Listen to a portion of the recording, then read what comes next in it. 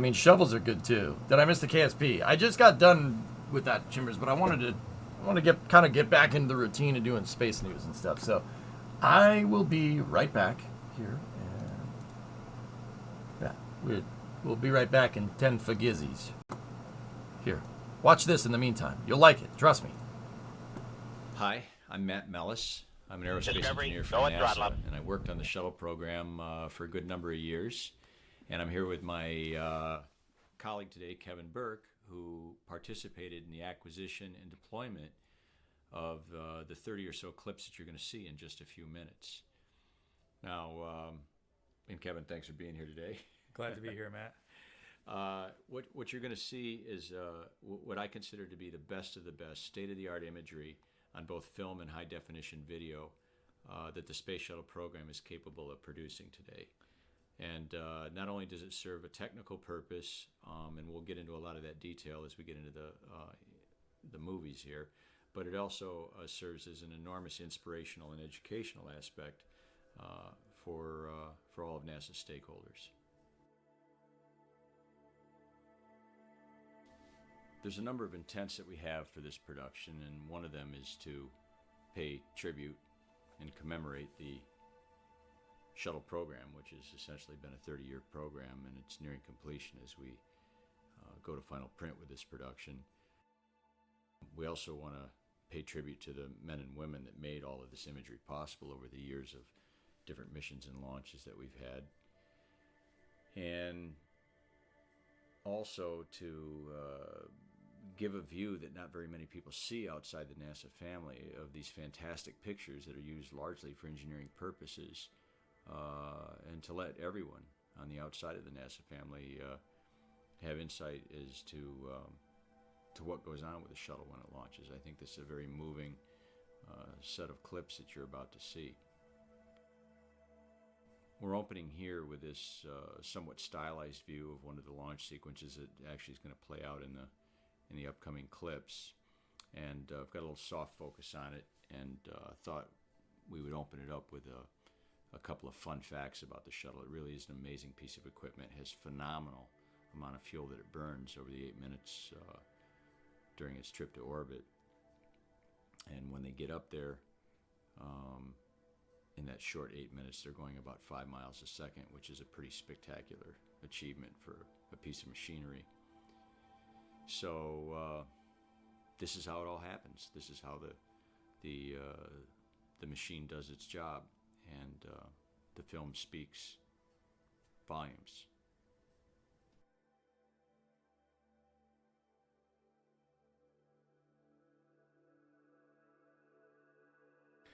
This is camera view E19. We commonly refer to this as Echo 19. And it's a 16 millimeter camera with a 10 millimeter field of view for the lens, the focal length of the lens. And it's running at 400 frames a second. So the effective shutter speed is really 1/1200th of a second. Yeah, it's pretty amazing. I mean, this is all a slow motion event. And basically you're going to see the 6 seconds prior to launch of the vehicle as the space shuttle main engines turn on. Now, the purpose of this camera, they all have different purposes. Most of these, if not all of these cameras that you're going to see in this production, are engineering cameras to look for different engineering aspects of the launch process. And so the purpose of this one is to check to make sure ignition is going off okay, which is what you're seeing here. Main engine start is just happening, and you can see the engines are starting one at a time. This particular camera looks at engines number 1 and 3, right? Is that what this is? Yep. And so you can see them, they're starting to fire up. Those sparkers that you see are there to make sure that any unburned hydrogen gets ignited before it floats around and collects in some place where it can ignite later and cause problems. Again, you're seeing the engines sort of turn on here.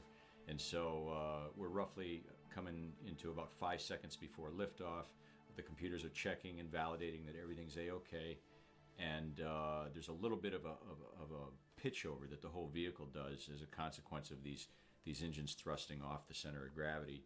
And when the whole vehicle snaps back and is straight up in the air, the engines or the boosters ignite and the whole thing takes off. Great photography here. I mean, you can see all this flow phenomenon going on inside the engines. Now, the space shuttle main engines are burning hydrogen and oxygen, and I'll talk about some of the fun facts about that later on in some of the other clips that you're going to see. But Here you can see the engines have stabilized and everything is A-OK. And in just a few moments, you'll see the boosters fire off. Did we talk about the time code? I can't remember. So, No, we haven't talked about the time code. The time code that you'll see, the LED display on the right-hand side is actually positioned between the two sprockets on the 16 millimeter frame. And the time code is UTC time code. It's an IRB format. And you'll see that it's 21 hours, being UTC at 5:02 p.m. local time, 2 minutes, 11 seconds. And the three digits that are moving in the upper right-hand corner would be representing a thousandth of a second. The solid number 1, the second digit from the top, is indicating the synchronization of the camera as more of a technical parameter. And that is on every camera to synchronize the field of view, synchronize the time. this is pretty cool. You can see some of the oxygen, that cloud of vapor there was from the oxygen fuel umbilical. Of course, the solid rocket boosters have now ignited, and the whole vehicle is lifting off the pad. And you can see sort of the glory of this moment. I mean, there's an enormous amount of fuel being burned. One little thing that I love is if you look at the sky in the background, and this was a very clear day. These pictures were selected, or these movies were selected because of the wonderful photography that we got on this day. And you can see the sky deep into this dark blue, and that's because, as Kevin will talk later on, that we got into color correction that we do post launch to make sure that we're capturing all of these the events that are going on, all of the flow events. So here the vehicle is clearing the pad, and we're on our way.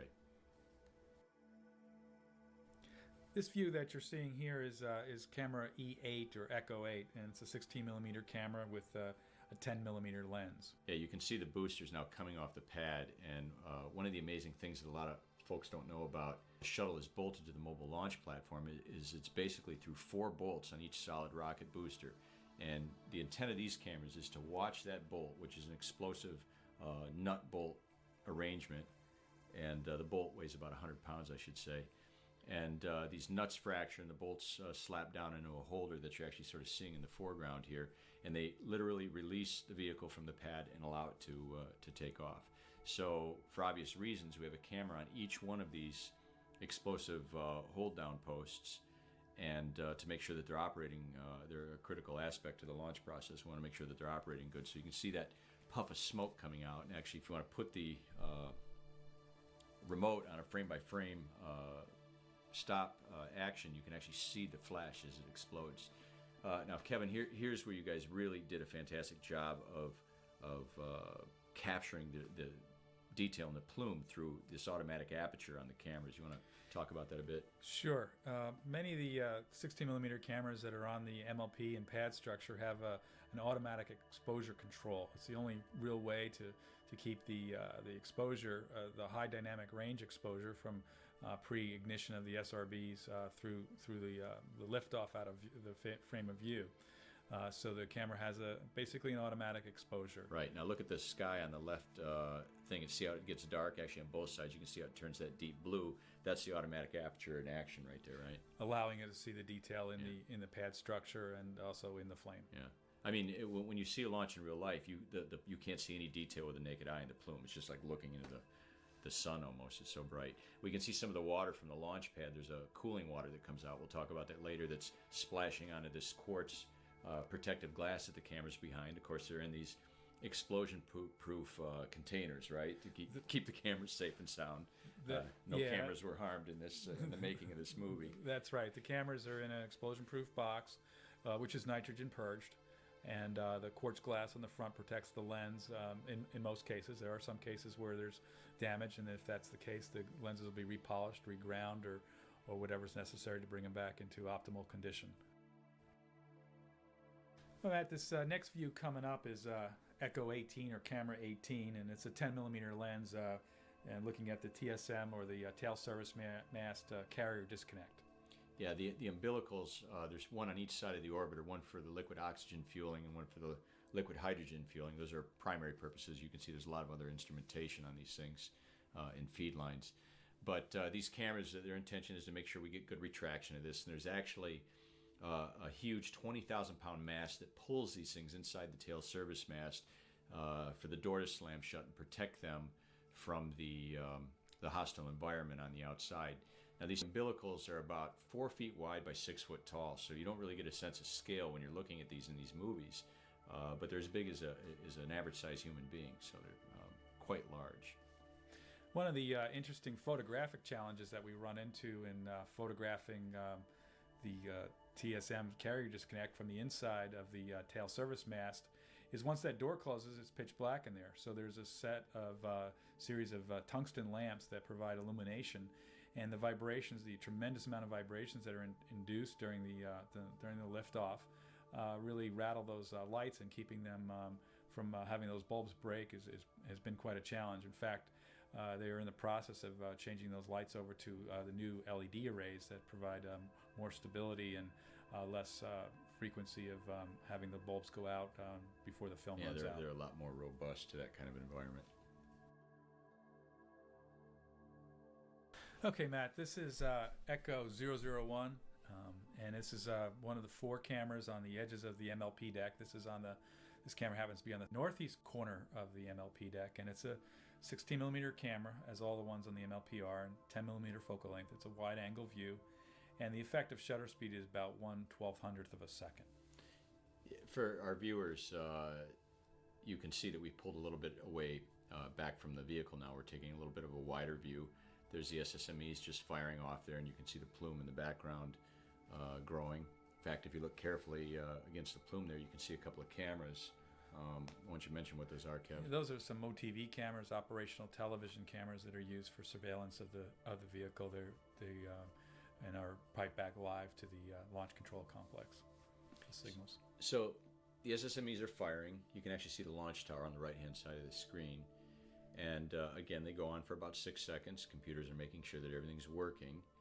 And at T-0, those boosters are going to fire, and you'll see a big puff of smoke come out of the flame trench there, and it'll get sucked back down in as the boosters come off the pad. And these two sort of structures, one standing just to the left of the left booster and one standing just to the right of the right booster, are called rainbirds. And there's some piping sort of flat against the launch pad as well that sort of connect all these things together. There go the boosters firing. And all of this fresh water, 300,000 gallons to be exact, comes pouring out of those rainbirds and onto the launch pad to deaden the acoustic noise and cool the pad down. So that's where the water comes from in some of these camera shots. And here you can see the AEC, the automatic exposure control on the cameras, taking over as the booster plume comes into view, and allows to see the AEC allows you to see the detail both in the plume as well as in the vehicle and the structure itself. And you can also see very good detail on the deck of the MLP. Now, we talk a little bit about the purpose of each one of these cameras, and this one is to look for some structural anomalies on the vehicle, some thermal insulation failures we might have on the tiles or the blankets, etc., and how the water's getting dispersed on the pad. And also we're looking at debris, and actually you can see here that we've got quite a bit of debris in the field, and debris is a big concern for the shuttle folks, and we want to keep an eye on it to make sure we don't have anything that's going to threaten the vehicle.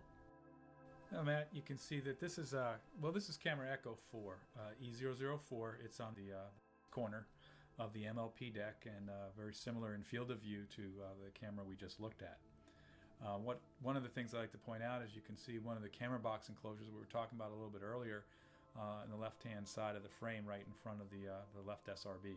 Yeah, and in fact, as we mentioned earlier in the piece, there's about 125 cameras or so, actually more, that document any given launch. And so, for brevity in this piece and to make it watchable, we had to have a lot of film hit the cutting room floor, and it was really difficult for me to cut a lot of it out because I loved all of the footage. I'm a fan of each and every camera, but that little camera there didn't get its day in the shade. That film of the booster had to. We'll have to have that for the director's cut in the future. And just to give you a perspective, this camera originally captured this scene at 400 frames a second. So it's being played back at 24 frames. So it's about 1/16th of the speed that it was actually captured at, to give us a real-time view. Now you can see here how absolutely gorgeous the day was. And as we mentioned earlier, it was about 5 o'clock in the afternoon. So in the film industry, they call this magic hour, and there's no question about it that this is one of the best times of day to take photographs of the shuttle. You have these rich colors and just a beautiful blue sky to sort of highlight all of this. So I find these pictures second to none in all of the launch imagery that's been taken. I should say that these boosters shed about 10,000 pounds of mass per second once they're lit up, and that's each, so it's 20,000 pounds combined. And you can really get the feel of that awesome magnitude by looking at these images. There you see a piece of debris on the right, sort of doing a ballet in slow motion there. This is some tie-down string from some water membranes under the SRBs that we'll talk about in a few moments. You know, teams go through this. This is engineering footage, and the teams go through this and identify everything they see in it. Okay, this is camera Echo 36, and this camera is located on the fixed service structure at the 255 foot level. We refer to the fixed service structure as the FSS.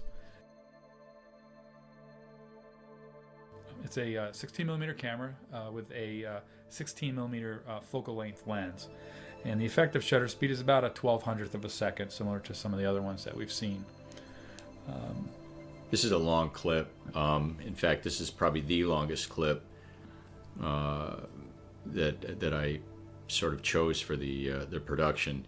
There's a lot going on in here, but it looks a little boring for a while because those engines are on for a long time. So we're still at 400 frames a second here, right? Yes. Yeah, okay.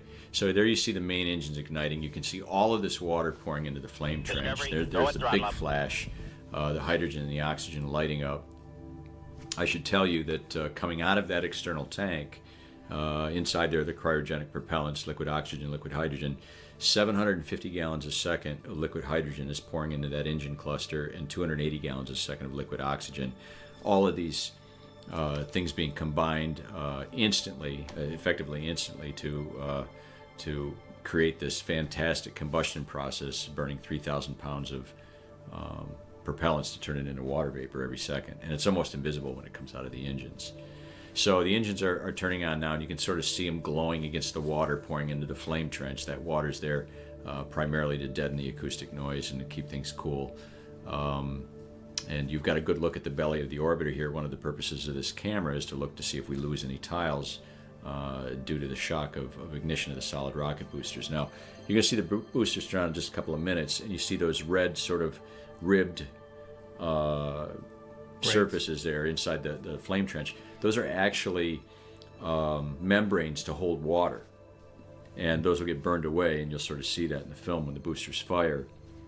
There you see them right there, and there's water in there that's sort of getting jarred loose and turning into steam. And I'm assuming, I don't know for sure, that it prevents sort of a recirculation of the exhaust at liftoff. Probably again acoustic deadening noise. And there you see those boosters firing off. If you look in the upper left-hand corner, you see the umbilical falling backwards there. And then look at how the space shuttle main engines are punching through that water in the flame trench. That's really cool. Yeah, it is quite a dramatic shot, and you can see the auto exposure control on the lens, as we've talked about on some of the other views, really helping to be able to see the detail on the SSMEs punching that hole, as well as looking at the plume from the SRB, and seeing the edge of the belly of the orbiter too. See, the SSMEs aim a little bit off kilt there, and you can see them hitting the upper part of the mobile launch platform as they rise off. Amazing that they capture all that detail in the SRB plumes. It's good stuff.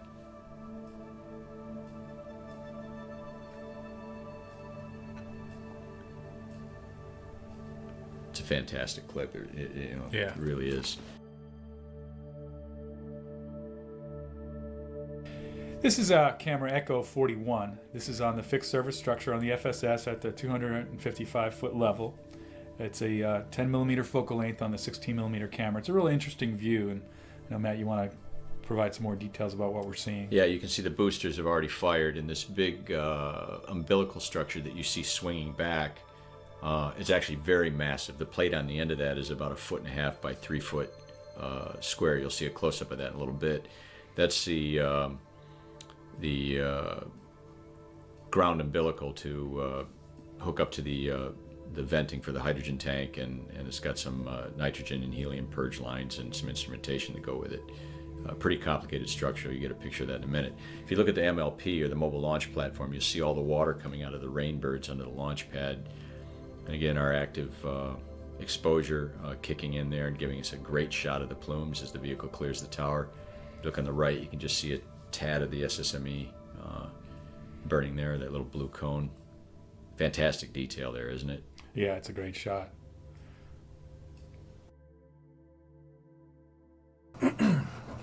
Sorry, I was taking cover. What do you think of this video? Pretty good, huh? Pretty good. It's one of my favorites. It's pretty pog. This is freaking sweet, dude. Look at this.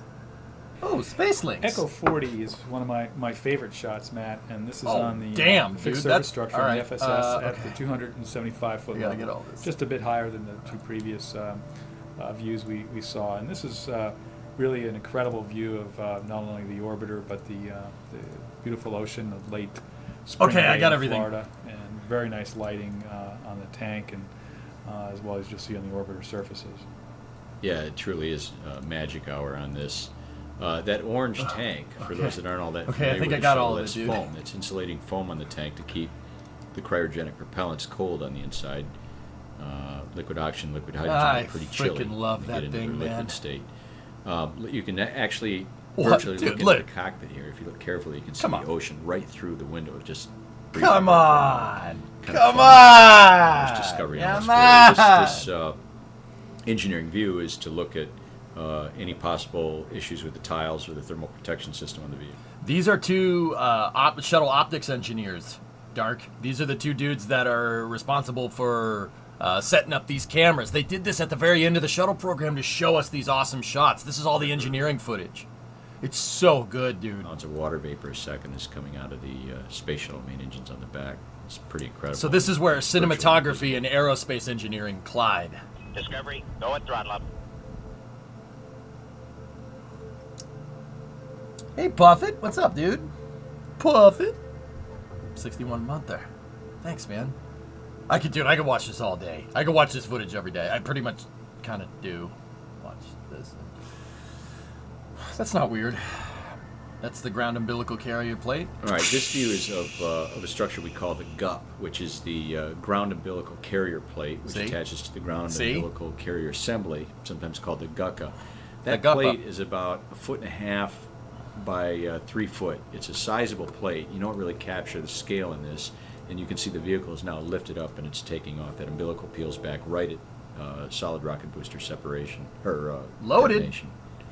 And Matt, this is camera 33, and this is on the FSS. It's at the 235-foot level. Actually, I'm going to interject real quick here. I don't like pausing the video too often, but they say what that is. That's the ground umbilical carrier plate and the ground umbilical carrier plate assembly. What the hell does the ground umbilical carrier plate assembly do? It is a gas purging system specifically designed to evac hydrogen gas out of the inner tank. On the space shuttle, the external tank is made up of three big structural components. You have the hydrogen tank, the oxygen tank, and then in between them, very creative name here, Jolly Green Giants, the Crappy Beetles. So it's not just a clever name. It's called the intertank. Because it's a structural piece that's in between both of the inner tank. So, because the inner tank is crowning the top of the hydrogen tank and it's underneath the LOX tank, they got to worry about gases, hydrogen gas pooling inside of the inner tank. SLS has the same problem. SLS has a ground umbilical carrier plate just like that, actually. It looks exactly the same because they reused it, right? The ground umbilical carrier plate is designed to purge out the intertank on SLS and the space shuttle. It's pumping in nitrogen gas or helium. I think it's one or the other. And it's evacuating hydrogen, gas. And that hydrogen gas will find a purge flame. We call the GUP, which is the ground umbilical. They touched on it earlier. Good. Umbilical carrier assembly, sometimes called the GUCA. That plate is about The guck a up. foot and a half by 3 foot. Here, let's fast forward. Continuous curve about 7 hertz, 7 cycles a second. And you can see that go by and hear the aft skirt of the boosters going by with a really nice tight shot of the exhaust. Yeet. Going to get reported showing this pornography on Twitch. Yeah, I know what you mean. This camera view is on the pad perimeter. It's located at camera site 3. It's about 1,273 feet away from the vehicle, and it's the first in a series of the 35 millimeter cameras, which we'll be seeing in the upcoming sequences. There's a lens on here. The focal length is 500 millimeters or so, and the effective exposure is a 1/450th of a second, and the camera's running at 180 frames per second. Yeah, it's a beautiful shot, and this is going to, as Kevin said, it's first in the 35 millimeter shots. They're a little better quality because they've just got more surface area to put an image on. You can see the SSMEs firing and all in nominal operation here. And as soon as they pull away from the pad, you'll see the left booster in the background, centered between the 2 service tail masts. And just a gorgeous shot right there, looking at the steam coming off the SSMEs. And this is a fantastic capture So of what freaking what cool, remains dude. behind after That's he, so awesome. clears the towers. Oh, All I of could this watch this all water and day, steam, man. Being pushed around in this amazing, hostile acoustic environment. I mean, look at what's going on there. This is all acoustic noise and shock coming from the boosters and the SSMEs. The acoustic noise is sound that is, the frequency of the sound is so, I think it's low frequency, that it's actually reverberating. You can see it reverberating through the condensation, through the clouds and stuff. Yeah, you see that with rocket launches. You see acoustic perturbations like that. The rocket engine is so ridiculously loud that it's actually, you can see the pressure waves, the waves of the sound. Like, they look like, it actually looks like someone's flipping a light switch on and off. Like, you see clouds, you don't see clouds. You see clouds, you don't see clouds. It's because the pressure waves are actually condensing the atmosphere and then evaporating it and condensing it and evaporating it and condensing it really, really fast. It's really, really cool, actually. Camera 63. Is That was very simplified. I know it's more complicated than that. One of Just the camera sites. It's stop typing. 1,270 Stop feet, it. From the vehicle, and it's using a 105 millimeter lens. The camera's running at 180. Did you cover frames per Orbital second. Reef News last And week? it's I pushing didn't, about Phil. 630 feet of film through the camera per minute. Quite a Let's get to quite the a good fast stuff. rate. Let's get to the good stuff. From to flood the pad, to keep it chilled, and deaden a lot of that acoustic noise. I miss that thing Hard to so see freaking much, dude. What it looks like in the plume. Absolutely gorgeous day, really accentuated by this shot. Blue sky in the background. Goes great with the white exhaust plume coming out there. And you can see a lot of splashing and stuff jetting out from all different directions at the bottom. You'll see more of that shots that are coming out. This shot is going to be the first of a bunch of different views as we march counterclockwise around the pad. Okay, Bandit. I think I've seen to that, look but at it from we'll... different angles. And, there you can I'll see tee the it up. bushes are fired, and you see it all coming out the other side of the flame trench. And beautiful shot coming off the pad. The lighting at 5 o'clock in the afternoon on this late spring day is just about perfect from this camera view. Of course, it won't be perfect for all the views, but certainly is a nice angle and really illuminates the vehicle as well as the structure. Did you guys see my favorite shot? This right here. This one is my favorite because you can see the motor throttle up. That's my favorite. And in that momentary second of throttling up the engine, you get an overexpansion inside of the nozzle, and that causes oscillations in the nozzle.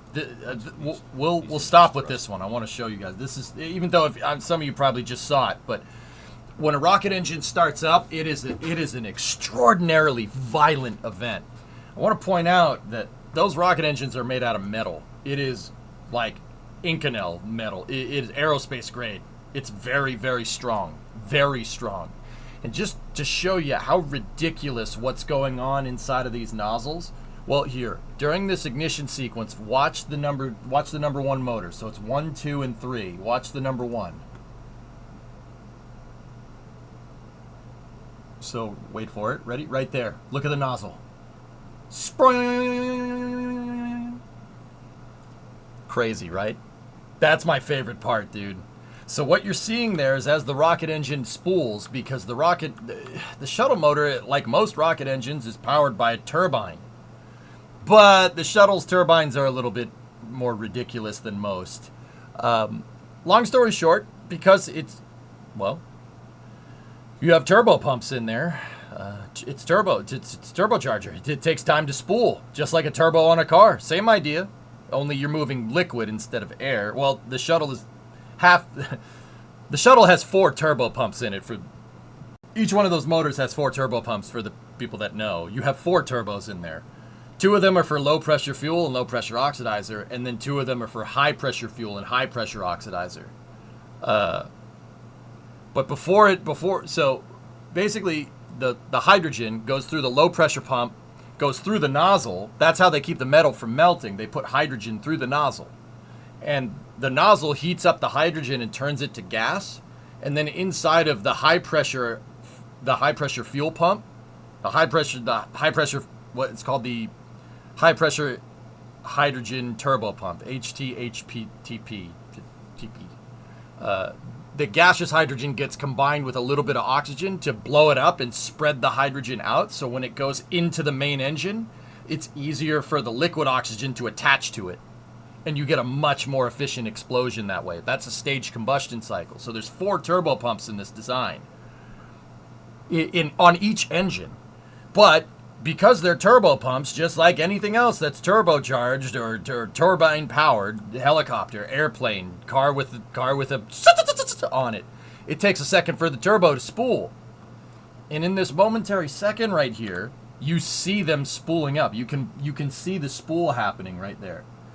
Now, they stagger ignition on rocket engines to avoid compounding acoustic vibrations, amongst other things. You don't want to shock load the bottom of the rocket. Firing all the rocket engines at once is like hitting the bottom of the rocket with a wrecking ball. Like, once again, what's going on, like right in this area right here, is pretty violent. Not here or here so much, but like right there in that flamey area. It's a little hot and violent, right? So they stagger the ignitions, but they stagger them so they don't shock compression load the bottom of the rocket, but also so you don't get compounding acoustic resonance. Basically, the motors amplify each other's sound, and that can cause problems, like vibrating tiles off the side of the orbiter. Yeah, that's not something you want. So they stagger the ignition, so it's actually 3, 2, and 1. But you see number 3 is spooling right there, and you see number 1 spool up. While it's spooling up, long story short, the easy way to explain this is that the explosion being made inside of the rocket engine isn't big enough to fill up the nozzle, which is why you see the explosion separating from the nozzle at the very end. In rocket science, that's called underexpansion, meaning the nozzle is too big for the explosion. The opposite of that is actually what you want. Overexpansion is what that's called. Your nozzle is too big for the explosion. You want underexpansion. You want the opposite of that. The underexpansion means that the explosion fills up the nozzle and then some. But in that time where the thing is spooling up, right, you see the explosion isn't big enough to fill the nozzle. That's called flow separation. Flow separation happens from overexpansion. Basically, the explosion can't fill up the nozzle because the thing is not spooled up all the way. This is part of the reason why, like, real life rockets isn't exactly like Kerbal, where you can just kind of control the throttle on demand, back and forth and back and forth and back and forth. Just full throttle, no throttle, full throttle, no throttle, full throttle, no throttle. If you did that with a real rocket engine, even ones that are kind of designed to deep throttle, it would blow up. It will explode. It will go right to your thighs, and then you'll blow up. If you did that with a shuttle engine, tried to command it full power, low power, full power, no power, the shuttle engine would pop like a zit. Easily. Most rocket engines would. They're not really designed to do that. I mean, like I said, anything that's turbocharged like that. You try to do that with a jet engine. Any pilots here? What happens if you just crank the throttle all the way to full? Well, the FADEC's going to be like, no, you're not doing that. No, bad. But if you didn't have the FADEC to control input, right, you flood the thing and get compressor stall. That's bad. That's bad. That turns the jet engine into a nice flamethrower, and your plane catches on fire. That's good too, right? Yeah, sorry, Rocket. I got it backwards. I haven't done rocket explanations in a little while, but we need to change that. Gross.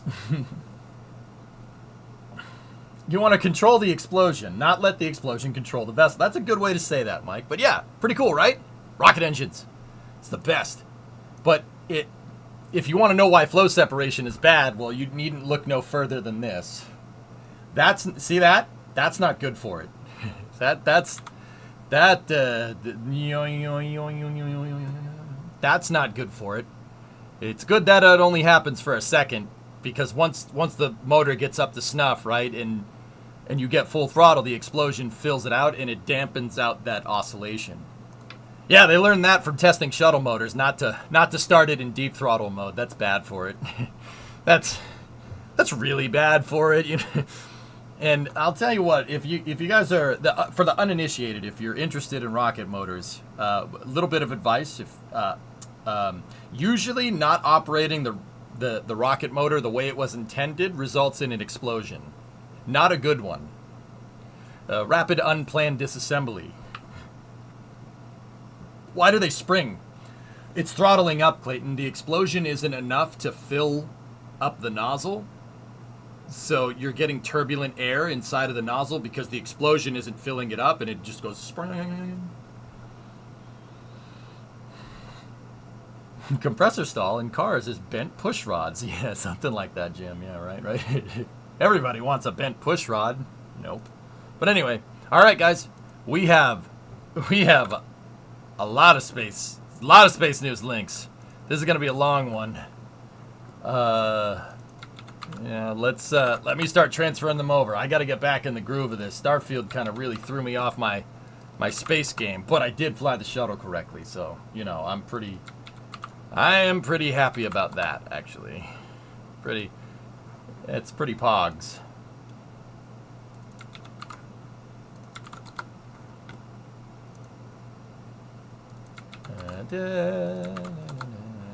This is gonna take a second, so just bear with me.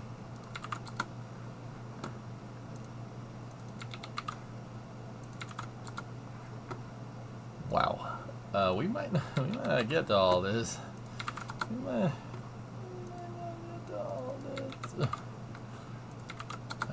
just keep linking. We'll just keep linking stuff up. Almost done. I have to transfer them from one computer to the other because chat is on a different computer than the main images that you see here. Gosh. Just almost there. Almost there. Almost there. Almost there. So, once again, if you haven't seen me do a space news segment before, well, first of all, you're in for a treat if you like spaceflight. Second of all, if you have questions, just tag me. I'll answer them. Pretty much as we go. I don't wait for a queue. I just answer the questions rapid fire as we see fit.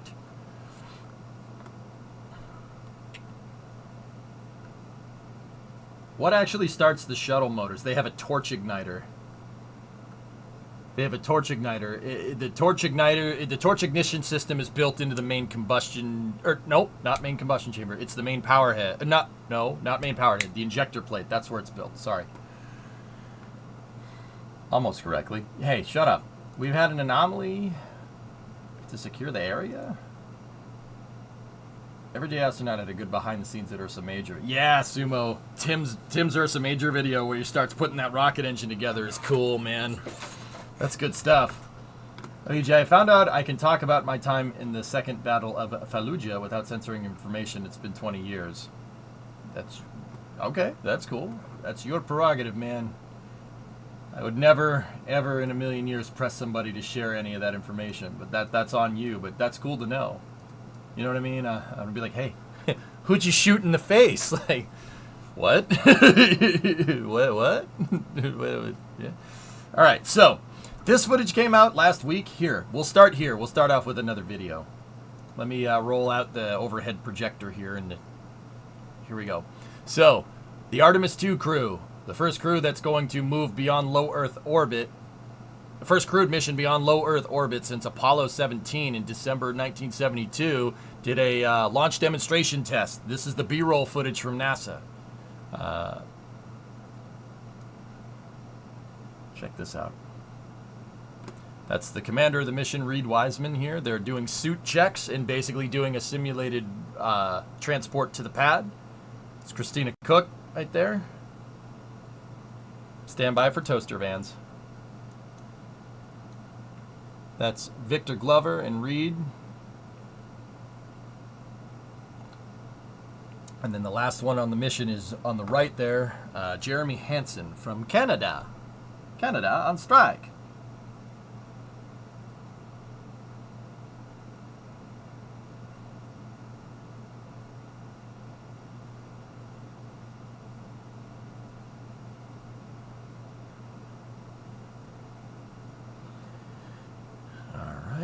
There they are. This is inside of the Neil Armstrong Operations and Checkout Building. This is the same facility where NASA astronauts suit up for Dragon, believe it or not.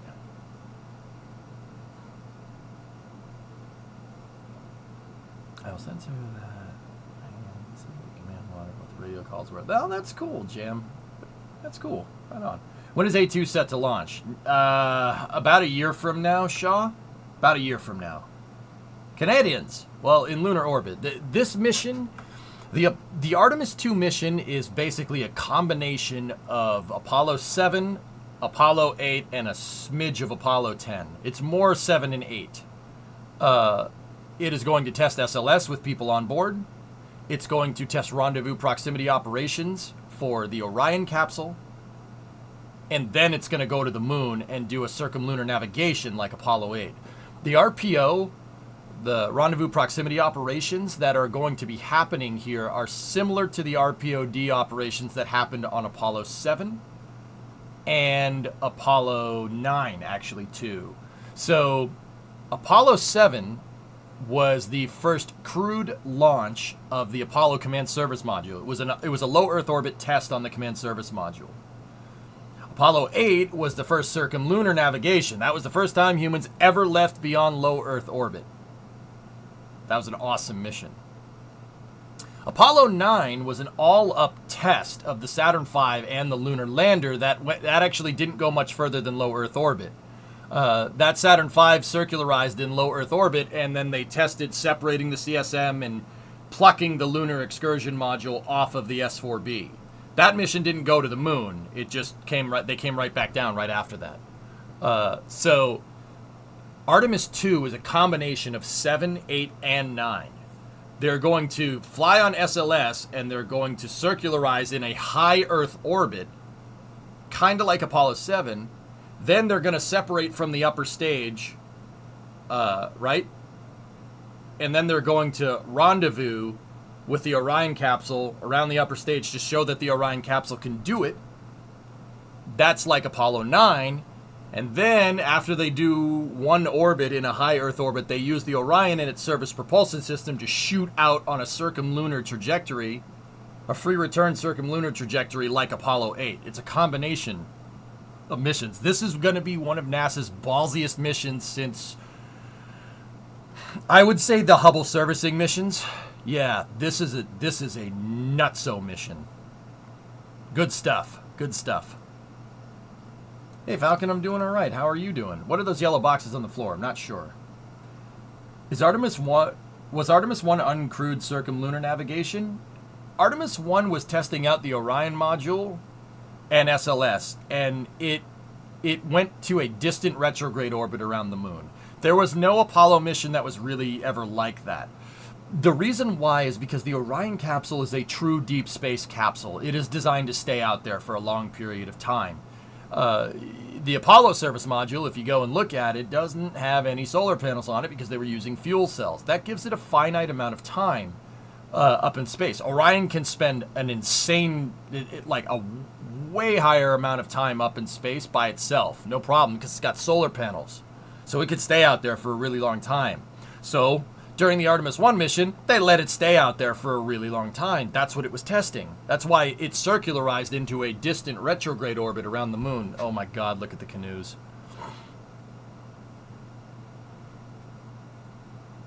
It's literally a toaster oven with wheels.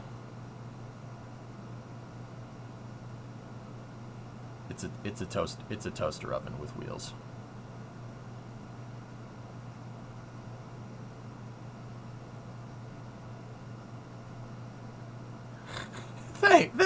Thanks. I hate it. It's a toaster oven with crew though is cool, and they got the shuttle flight suits. Well, SLS flight suits now. They got the orange suits, man. Hey, wait a minute. Yo, they got suicide doors. Dude, okay, suicide door. I don't hate that. That's actually kind of cool. It's like, guess what it is? Chad, it's like an old Lincoln. You know, I've been driving Lincolns for a real long time. They got suicide doors. Suicide doors are pretty cool. Does your car have suicide doors? I don't think so. It'd be a lot cooler if it did, though. It'd be a lot cooler if it did. They look like Bluetooth earbud cases. Oh. Oof. I want doors that open up like this! Not like this! Like this! Or like this! You know? Looks like a modern version of a combi. Yeah, definitely. Yeah, they don't look too bad. I thought they would look stupid, but they don't look too bad. It does look like a toaster oven, though. They're ugly as sin. What do you mean? No, EJ, they do look stupid. Excuse me, Chad, while I go huff the copium. Fellas, alright, now that I've done huffing the copium, alright, here. I've always said what I thought would be the best thing for moving crews to the pad for SLS. And people aren't gonna like this. People aren't gonna like it, but is anybody familiar with the RDV? Alright. Some of you know. But just in case you didn't. Hey, Longballs, what's up? Oh, you're saying hi to Rocket Guy. Alright, yeah. Rocket Guy's gone MIA. He's working on super secret squirrel stuff. He's not, but could be. You don't know. Here, ready? That's perfect. That's perfect for moving crew and all their paraphernalia. Missed opportunity. How did you know? Oh, God. I like the hat. Have you heard of Boosted Boys who makes videos alongside Cletus? Of course I know who the Boosted Boys are, Mock. Yeah, of course I do. Duh. They need this? They do need that. I thought that would be perfect, but Canoe is cool too, I guess.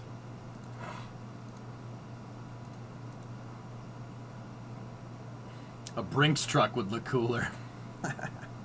I personally want an Airstream. An electric Airstream would be a good idea. Hoonigan actually proposed an electric Airstream, but NASA said, no, I don't want to do that. No.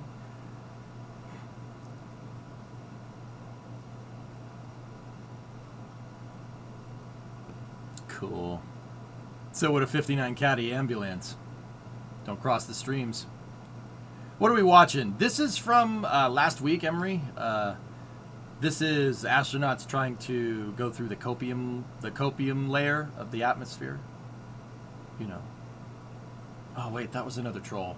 Whatever. Doesn't matter. No, this is a dress rehearsal for the Artemis 2 mission. Oh, God, no! Oh, that's so bad. Why? Get it off the screen. Get it. Okay, it's gone. Oh, I didn't like that.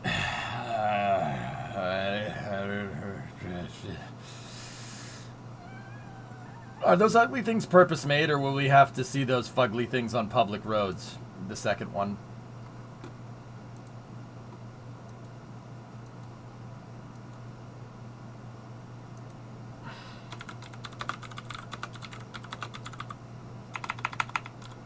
Give me 1 second, dudes.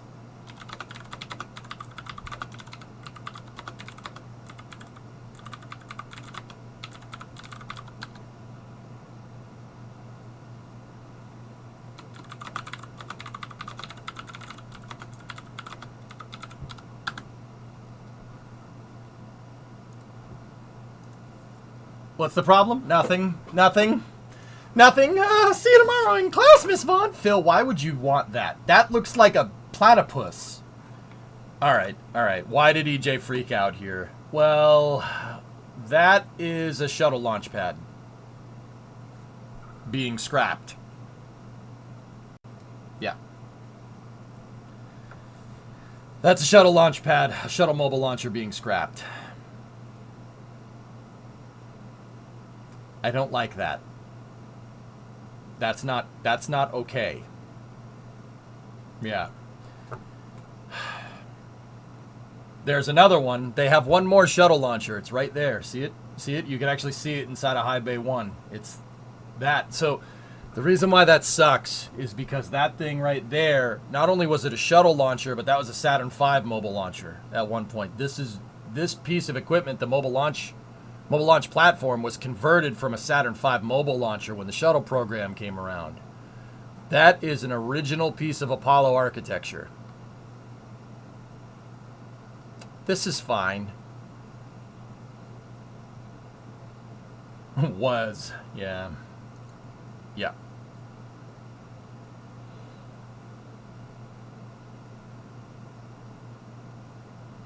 It's really, really, really not okay. That's really not okay. That's not okay. I don't like that. Yep. I don't like that. But anyway, how's your day? So this is a suit dress rehearsal for the Artemis 2 mission. The canoes, they're going to cross the crawlerway here at 39B. Yep, there we go, crossing the crawlerway. That's the SLS on-pad service gantry right there. They're gonna drive around here. Yeah. Oh, look at these toaster ovens.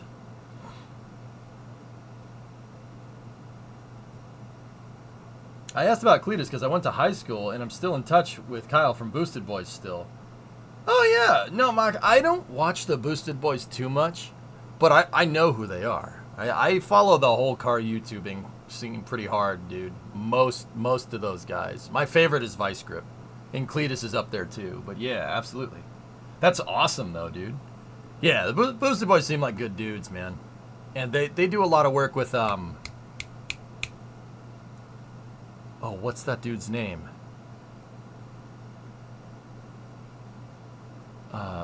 Brent is his name. I forget his channel. Because I'm subscribed to it. I don't remember what the damn channel name is. I just click on the damn video. Whoops.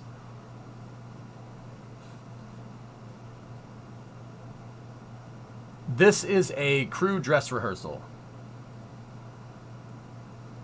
Quietest kid in high school, and all of a sudden is popular in the car YouTube world. Who would have guessed? Mock, I was the quiet kid in high school. Oh yeah, I was that weirdo that never said anything to anybody. So... yeah, that kind of seems to be a thing. Zip ties. Old Pagan Leggin. That guy's the best, dude. That guy makes me laugh every time. Dude. I was watching a video of his the other day, and he was trying to fix an OBS, Sawyer, and he's like, I need to get underside so I need to get underneath the truck. You know, we could drive it all the way to the lift, but you know, the good news is, you know, I'm going to fix it right here, right now. The bad news is that my excavator now identifies as a lift, and he just slams the excavator into the truck and knocks it on its side. Oh my god. That's so funny, dude. Just wrecked this freaking truck. He used the excavator boom like a freaking wrecking ball and knocked this whole truck on its side. He's like, oh yeah, now I can get at it. It's great. And then he took the excavator and slammed it back over onto its wheels and drove it away. Oh my god, that's funny. Hey, we're in 15 months, man. That's the best, dude. Who was this? It's a channel called Zip Ties and Bias Plies. Yeah, Peg has no filter. That guy has no filter. He does not care. It's kind of ridiculous, man. Oh my goodness. All right, so once again, this is from the dress rehearsal for crew ingress operations for the Artemis missions. So the Artemis 2 crew is inside of these two canoe vehicles. They're called canoes, yeah. You see, there's Victor and Reed, and Christina and Jeremy are in the other car there.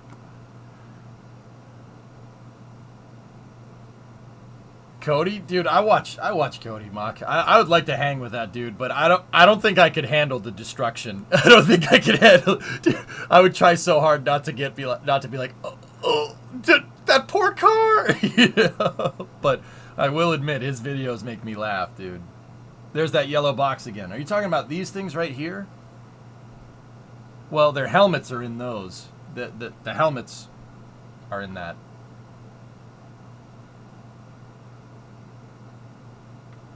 Hey, it works at MSC. Kurlani, Zip Ties is MSC. Yeah, in real life. Those things right there. I'm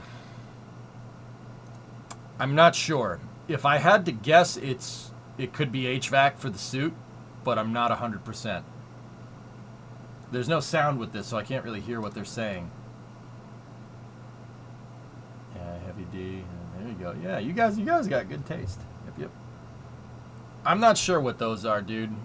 They do have a rip tie, not a rip tie. They have a bungee and a carabiner attached to them, which I'm not.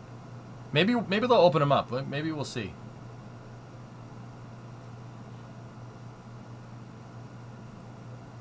There. So up here, guys, is on ML level 285.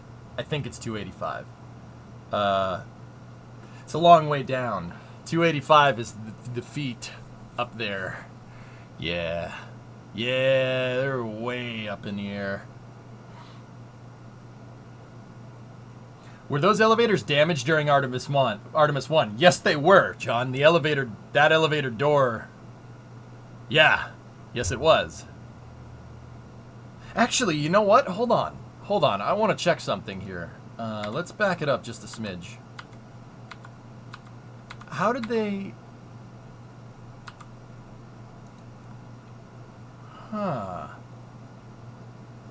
Problems getting sweaty yet? Nah, it wouldn't be windy. I'd be fine. Damaged by what? SRB exhaust? Starship wasn't the only one that screwed its pad up, Thurfear. Oh, SLS blew the doors off the mobile launcher. And I'll tell you, see that door right there? I've touched that door. That is not light. There's blast doors on top of the doors. It blew the blast doors off. Not on those elevators. What I was checking here is that, so this elevator doesn't go all the way to the top. This one goes to the level deck on the mobile launcher. And then they actually switch to another elevator on the launch umbilical tower, on what's called the LUT for short. Yeah, those doors right there are extremely heavy. Yeah, extremely heavy. Like, they're solid concrete. And yes, I'm not kidding. I've touched that door. I don't have any video evidence of it because they wouldn't let me film moving the damn door.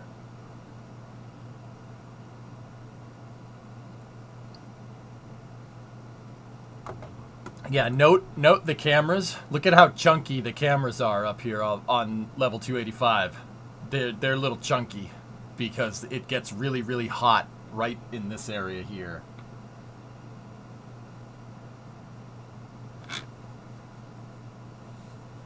Well, the funny thing is, and it's good that you asked that. The funny thing is that they redesigned the blast doors on SLS. They redesigned the blast doors on SLS's mobile launcher, not on the rocket. They redesigned them, because, yeah, they got destroyed. Actually, it does look a little windy up there, but yeah, it's all right. And then they're moving into the White Room, and when this mission actually takes place, there will be an Orion capsule right there, and a gigantic, on top of a gigantic freaking rocket. Fun fact, the red pipe is the fire suppression system. You can tell because of the way it is.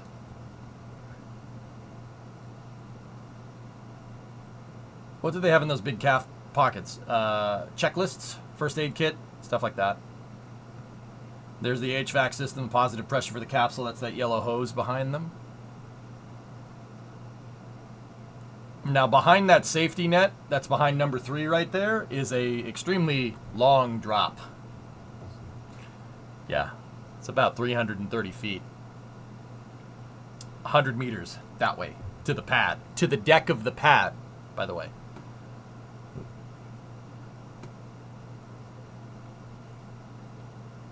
Yeah, pretty much Hellfish. Yep. You're going to put the helmets on. I'm trying to see if they open up those orange cases there. Yeah, there you go. Click.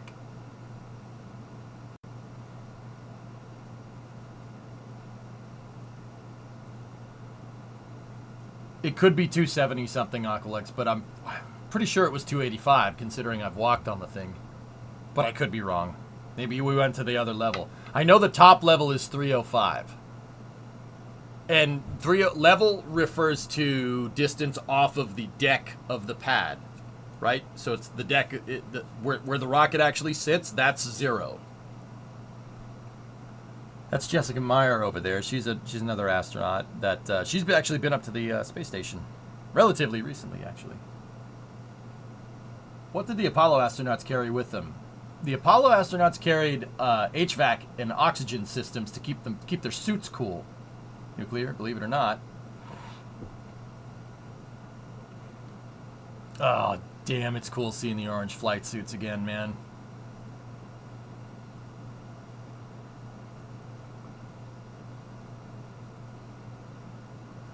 That is a pad closeout crew, Dan. The guy with the brown coveralls. Guys, the brown coveralls, pad closeout. They're doing a glove check right there. Make sure there's no punctures in the gloves. That's Reed waving to the camera. So, and he's taking the patch. There we go.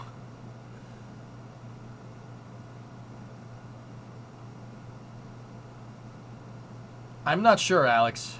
They're color-coded, but I'm not sure what exactly for. It's weird, but what's on their crotch? It's a harness mount, so you can plug the suit in, or like strap the suit down to the capsule.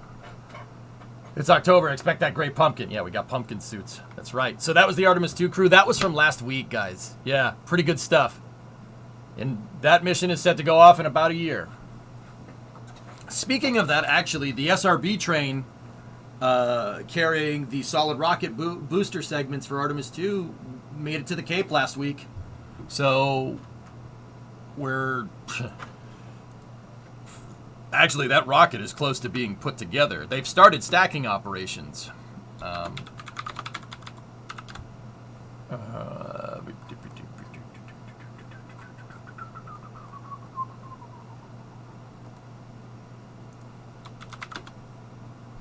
Give me one moment.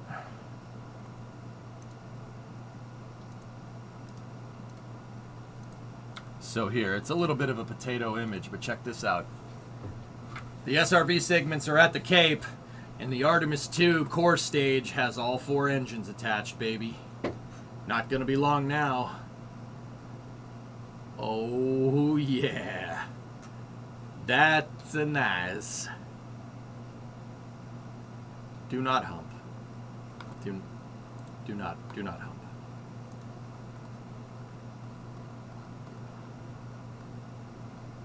Here.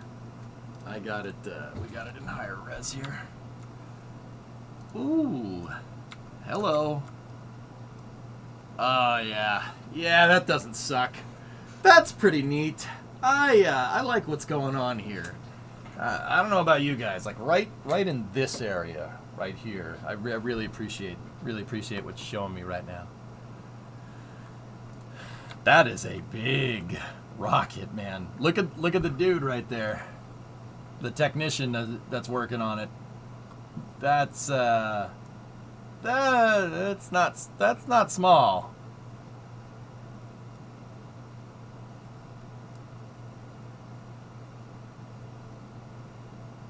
That's not tiny. Not here or here so much, but right here. It's on a rotisserie too. That's right, Red. Yep, for easier processing, they put them on these, well, processing rings. In this particular case, the processing ring hooks up onto the aft SRB attachment points. Same thing, for better processing. It can literally turn the whole thing on a rotisserie. It's really, really, really cool, actually. It's really freaking cool. I guess we could say SLS has a bright future ahead. Oh, well, the future's going to be very bright for SLS right here. Right here, here, here, and here. You know, not here or here so much, but right in this. Yeah, man. Artemis 3 components are already being manufactured, dude. The Artemis 2 core is almost done, dude. Look at that thing. Think they'd lend it to you for the Coronet? I'm pretty sure a shuttle main engine is about the same size and probably 2 or 3 times heavier. Yep. SLS block buy already. Agreed. Yep. I still think SLS, they have to do a block buy. They should buy like 20 SLS cores over the next 20 years. Actually, if I had my way, it'd be 20 SLS cores over the next 5 years, and we'd be launching SLS 4 times a year. But that, if it was me, I would try to time that after the Artemis 3. Well, actually, no. Honestly, the best time for it would have been a couple of years ago. But I think an SLS 4 time a year flight rate is totally doable. I think they should do it. They have all the systems set up to make these cores, and they can scale. I know they can scale because I know people that work on it. I'm thinking 4 flights a year. That would be good enough to sustain Gateway. That would keep the costs down because now you're working with mass production of rocket stages. I think that's a really good idea. The one bottleneck is the long lead items, which are the main engines and SRBs. Those are the long leads. How would those engines compare in thrust with Starship? Rick, one shuttle engine makes about what one Raptor engine does. The shuttle engine's actually more efficient. It has a higher specific impulse than Raptor because it's using a different propellant. Think about it in the same way like a diesel engine gets better miles per gallon than a gasoline engine. Same idea. The shuttle engines are using hydrogen. They're liquid hydrogen, liquid oxygen, so they're super freaking efficient. You know why? Because like chemically, hydrogen is very, very simple, right? And so is oxygen. They're very simple elements just combined, and when you combine H2 and O2, right, and then combust it, your byproduct is H2O. Fun fact. You take one oxygen away, and then, yeah, you get water vapor. That's what the shuttle engine shoots out the back. All it's doing is heating up water and shooting it out the back. It's a little more complicated than that, but yeah.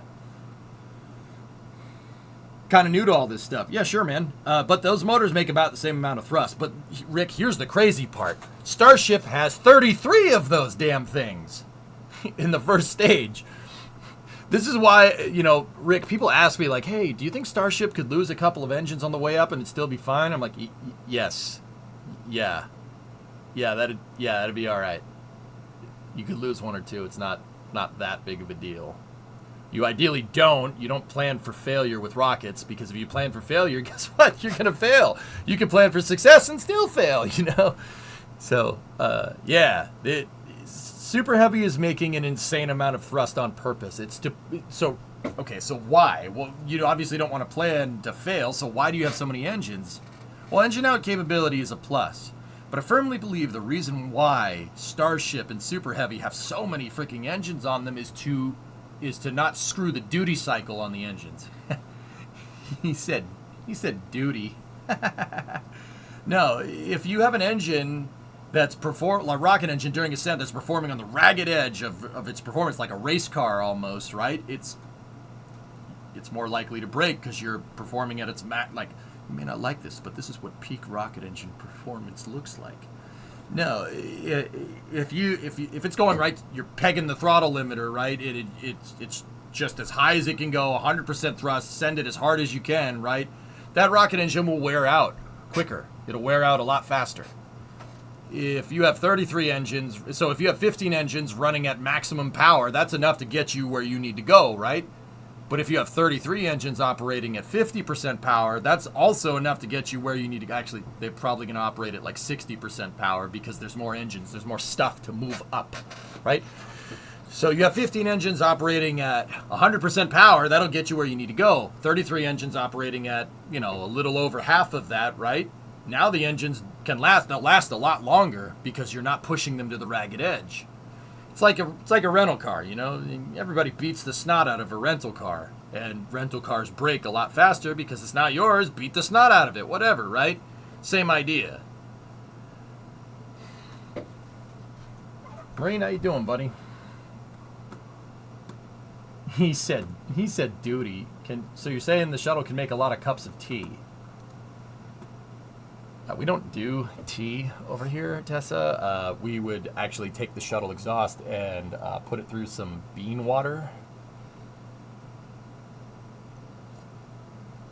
Thank you for your explanations, but expect more questions from me in the future. Rick, I ain't locked in here with you. You're locked in here with me. Well, questions are what makes the stream good, man. Ask away. Southerners twitch with anger.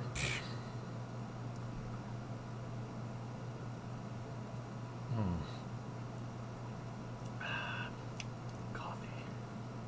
What keeps you up at night, Mr. Dillinger? Coffee.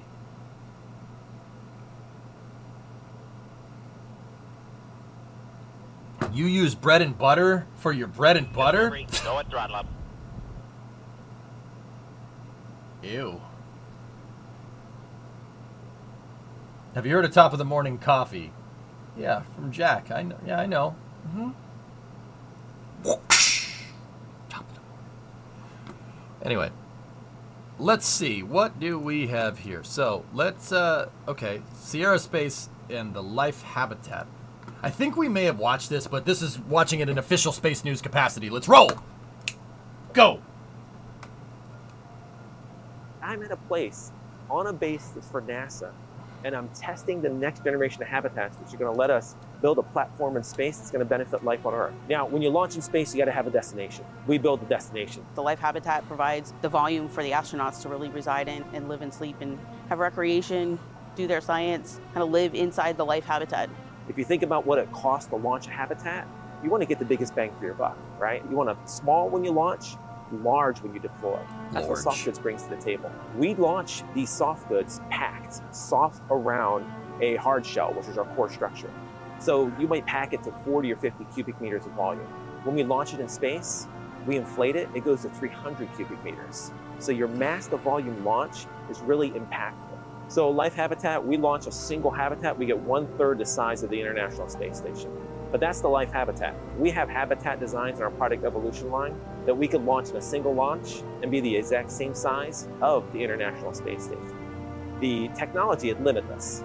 When you link this to what we have to do for space exploration, so we've been talking a lot about low Earth orbit, so up near the International Space Station.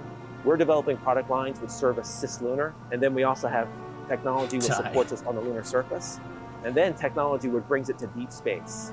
When you talk about deep space, it's long duration missions, over a year. This is the first time Sierra Space has ever tried to put a metallic plate in this inflatable habitat. Why a blanket plate? Because that's where you put a window in. What better window in this entire world? Yeah, we watched this. And if you're up in space and you look down at Earth. Rolling. The whole idea of this plate is to create a rigid point and a soft structure that can be used to mount anything to, like a window or an airlock or docking mechanism, berthing mechanism, grapple hooks, robotic arm, solar arrays, radiators, you name it, you can attach anything to this plate. The misconception is soft goods is soft. Soft goods has two modes, non-pressurized and pressurized. Non-pressurized it's a textiles. It's whatever type of material it's being made out of. Under pressure, it's a rigid structure. That's actually really And it's difficult stronger than engineering. The ultimate goal from this burst test is to meet or beat the values that we met on previous burst tests. This is the historic landmark at the NASA Marshall Space Flight Center in Huntsville, Alabama, where stages for the Apollo rocket were tested. This allowed us to take human beings to the moon for the first time. It's really fitting that we, Sierra Space, are now using these same test stands to create the new orbital age. So today's test is one in a series that allows us to take the journey, put our life habitat in low Earth orbit. In order to certify habitats that be in space, there's a series of gates that you have to pass. That first gate is ultimate burst pressure, UBP testing. What is an ultimate burst pressure? It's what the team loves to do. We take that subscale, we maximum pressurize it, and we make it explode, destroy it.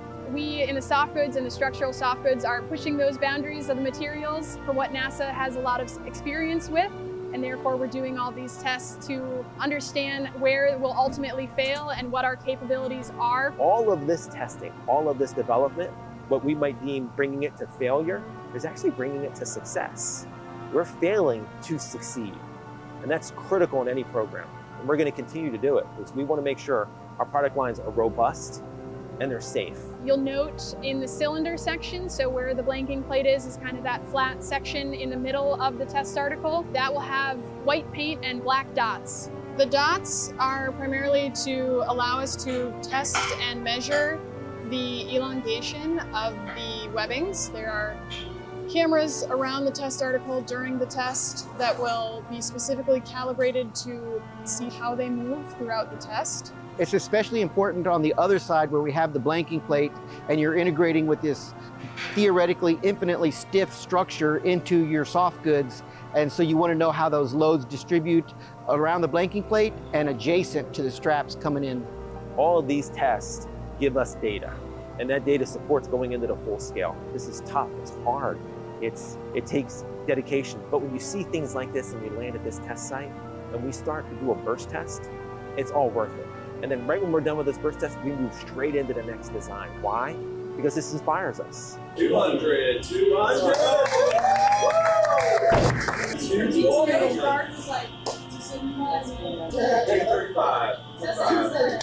This is what I'm waiting for. 250 and dinner on James. Oh, okay.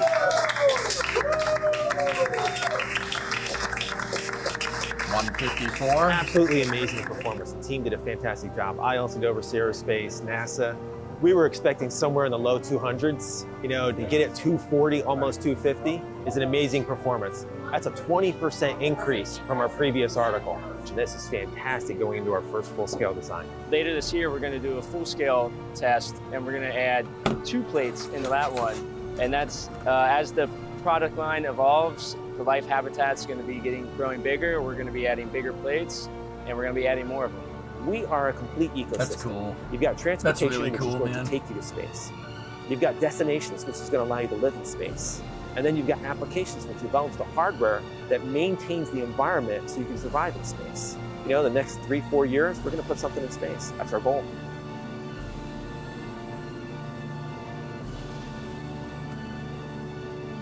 So just for context there, they said they had a failure point at 240, almost 250 PSI and change. So for the people that don't speak PSI, that's 17 bar. 17 bar. Yeah. Yeah. So 1700 kilopascals. That's you know, I'm pretty sure you're never going to encounter a scenario like that. I'm pretty sure you could have a fire inside inside of the capsule or inside of that for a long time before it pops the capsule. That's an insane amount of pressure. That's really good. Really, really good. 17 bar, man. That's crazy.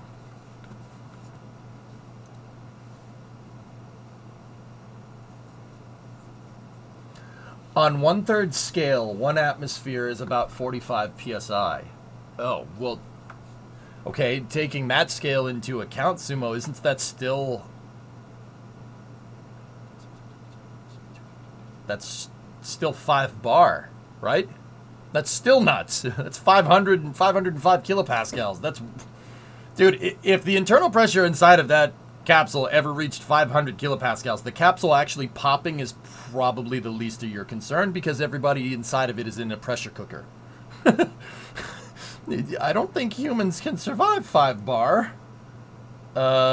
Pretty sure that's not good for you.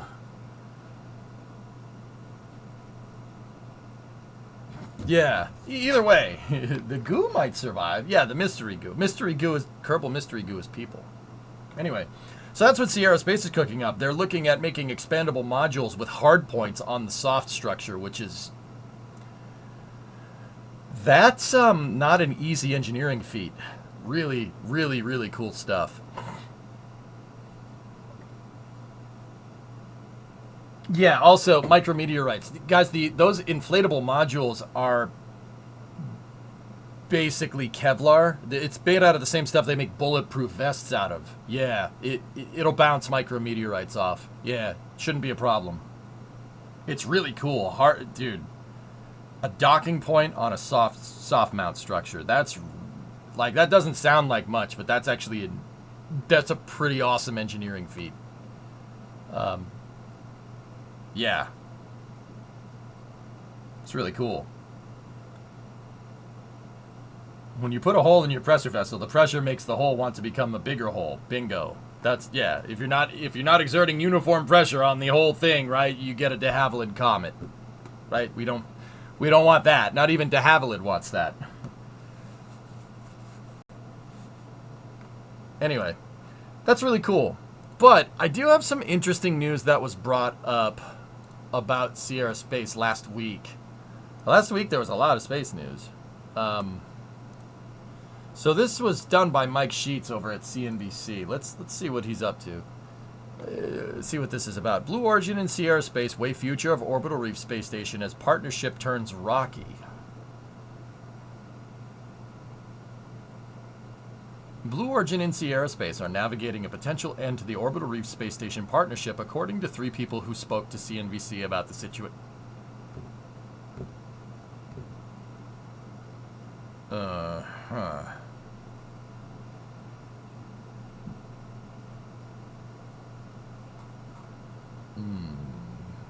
Okay. The Orbital Reef Space Station partnership between Jeff Bezos' Blue Origin and Sierra Space is on rocky footing, CNBC has learned. Companies announced Orbital Reef as a co-op project in 2021, but updates about the project dried up in the past year. The pair of private space companies are now navigating a potential end to the Orbital Reef partnership, according to 3 people who spoke to CNBC about the situation. Those people speak on the condition of anonymity to discuss non-public matters, emphasize that discussions are ongoing, and describe the situation as fluid.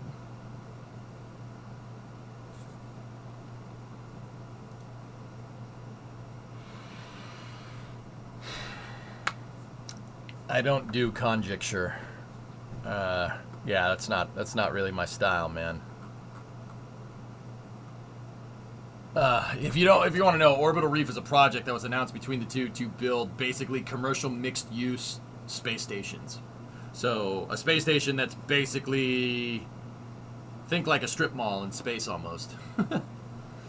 You can go up there and you can do commercial work up there. NASA can do scientific work, or it can be a freaking tourist attraction. You can make an orbital hotel.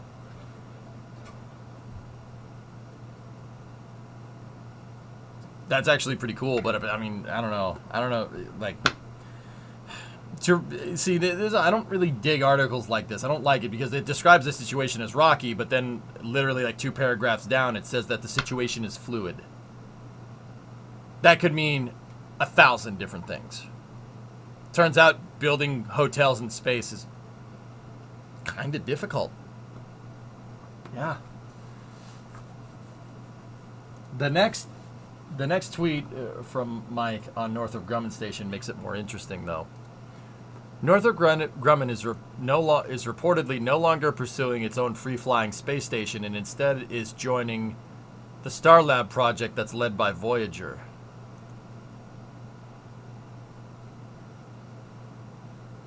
Which is it? Solid, liquid, or gas? Plasma. Interesting. Interesting. Oh, nice, Zeppelin. That's good to know. Seems like a shake-up on commercial low Earth orbit destinations could be happening. Phil, I don't think necessarily that this is a rocky, like, oh, they don't see eye to eye on anything. It's just that these types of projects are fluid. Every aerospace project always changes to somewhat what the original stakeholder expectation was. It's always going to change a little bit because you learn new things as stuff is being developed. Now, I don't know what that has to do with commercial partnerships, et cetera, but yeah, I mean, I don't know, something's going on. But usually you don't see stuff like this happen. But who knows? I don't know. We're kind of in uncharted territory with the commercial market now, aren't we? Especially one that's based on corporate partnerships. This ain't my first rodeo, cowboy. So, it's most likely... What? Okay, let me offer something of an alternative rather than saying, no, I don't believe this, I'm going to move on to the next thing. Possibility of what could be going on is that they've reached a design constraint.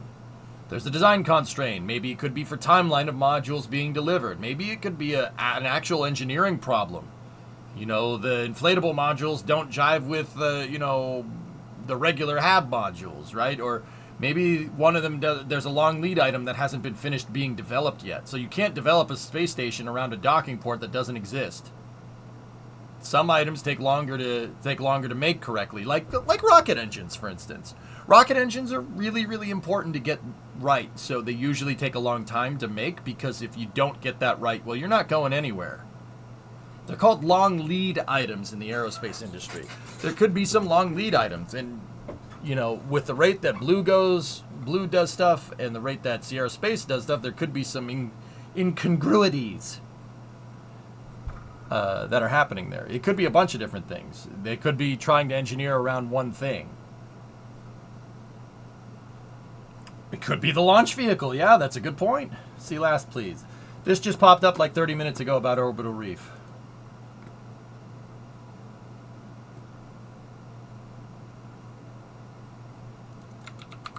Okay, let's see.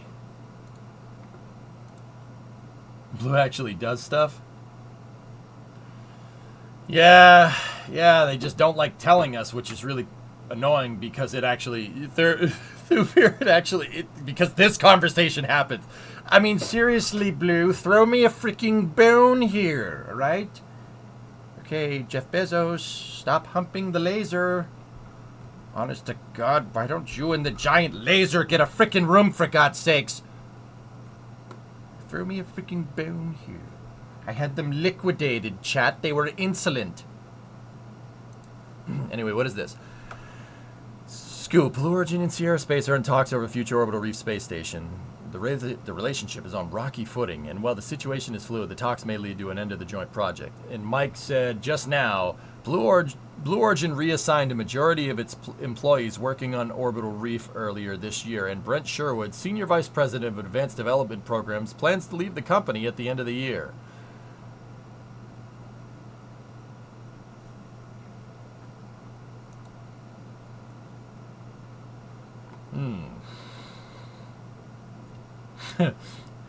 Well,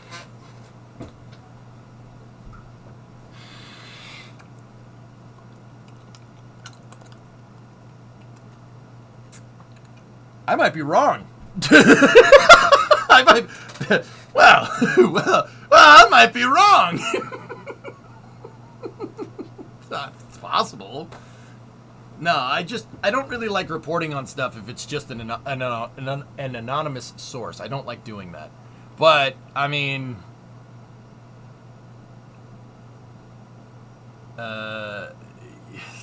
that's kind of hard to say that could be anything else. I mean, it's possible that Blue Origin reassigned a majority of its employees working on orbital reef. It's possibly that Blue farmed out the Orbital Reef project totally to Sierra, you know, which would explain why the SVP of Advanced Development Program plans to leave the company. Let's see where that guy ends up. If he ends up at Sierra Space, well, we know what happened, didn't we?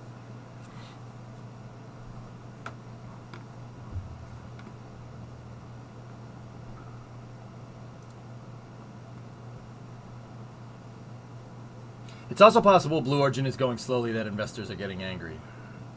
But that's just conjecture, man. I don't really deal with that. You don't know that for sure.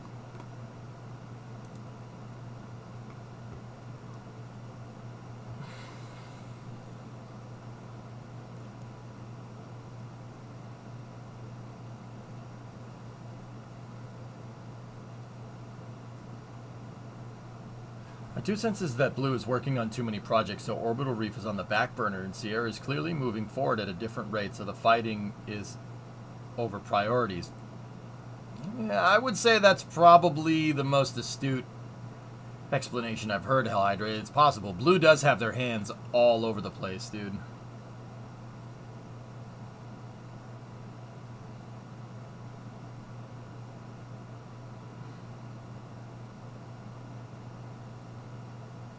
Did you get the smoke haze from the wildfires? Yeah, a little bit red.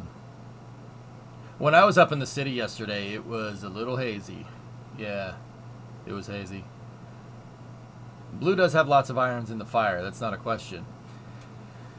Yeah, serious, I just hate how everybody defaults to, you know, oh, Blue Origin is not seeing eye to eye with people, when lateral shifts in the aerospace industry literally happen all the time. The funny thing is that the news never really covers how that's actually a thing. People that work at SpaceX go to work for Blue. People that work at Blue go to work for SpaceX. It's almost like aerospace engineers will work wherever they get a paycheck. There's no loyalty to companies. There hasn't been for a long time. You work where you can get a job. I just can't stand how they pose it as some kind of factional dispute, which really pisses me off. It's not like that. It is not like that. Let's do the stupid clap. It is not like that. Whoosh, you know?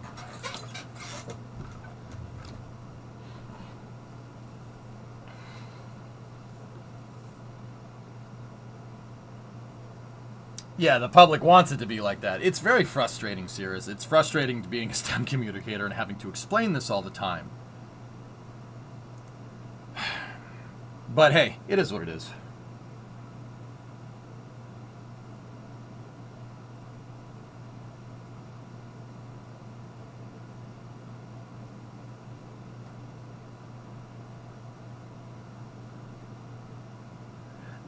Well, maybe among CEOs, but I imagine the actual scientists and engineers don't care.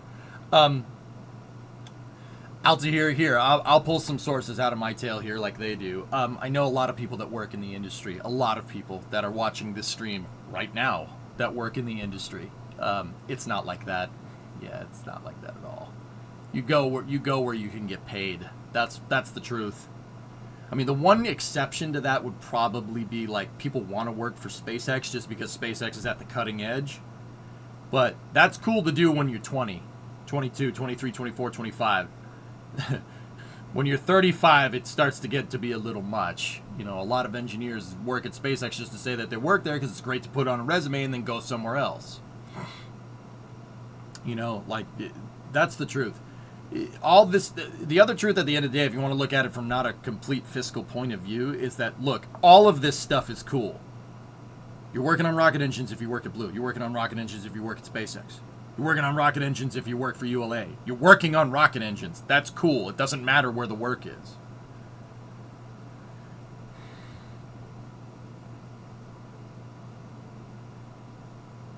Yeah, okay. 90% of the industry gets along with each other. So that's why I hate it when the news does this. It makes my job more difficult. But yeah, whatever. It's okay. Anyway, I mean, hopefully Sierra and Blue can figure something out. But they could just be shifting the project around, guys. It's totally possible. I mean, either that or I'm wrong. I don't know. I just don't. I hate jumping to, you know, oh damn, Blue Origin and Sierra hate each other. Like, That's not how the industry works at all. It's a little incessant at times, and it does get annoying.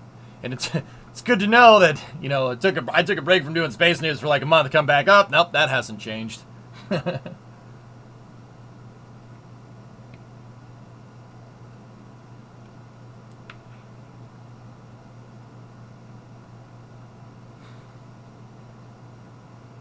Anger clicks, yeah, Nerf. It's a little incessant at times. I'm not really a fan of it, but whatever. If that's what gets you clicks, I suppose. Anyway, let's keep going. We're making good progress through here, actually.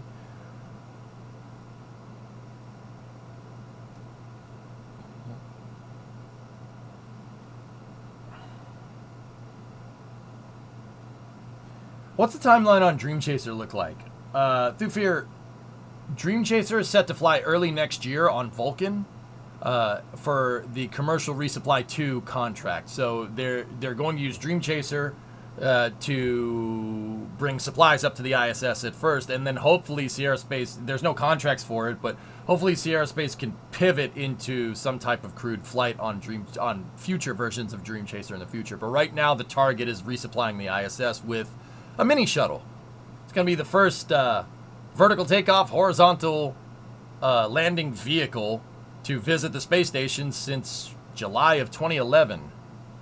Since my space shuttle stopped flying. Sorry, I was unclear. You interpreted what I said backward, though. I was implying guys like the CEO try to make it a thing, but the workers don't care about the work. The workers only care about the work, not the name of their shirt. I didn't misinterpret it. I didn't misinterpret it, Alta. I agreed with you. Sorry if you didn't understand. I agree. You're right. That's... Yeah, I don't know. Maybe I was replying to somebody else? No, I agree. You get to work on cool stuff no matter where you are. It doesn't... The CEOs, yeah. What CEO isn't like that, you know? Same trajectory as Dragon? I'm not sure. I don't know about the trajectory. I mean, it's flying on Vulcan, so it's probably going to be a trajectory that's more like Atlas V with Starliner if I had to guess, but I have no idea.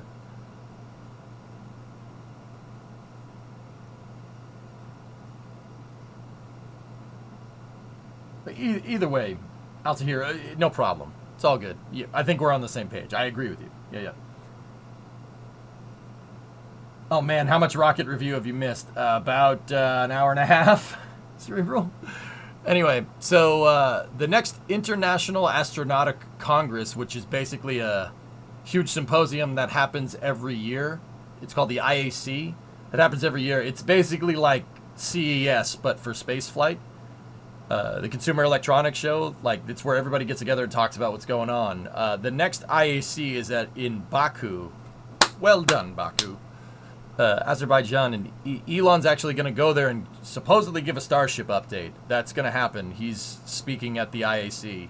Oh, he's speaking virtually at the IAC, so he's not going to Azerbaijan, but he's doing a symposium where he will be talking about creating a more exciting future.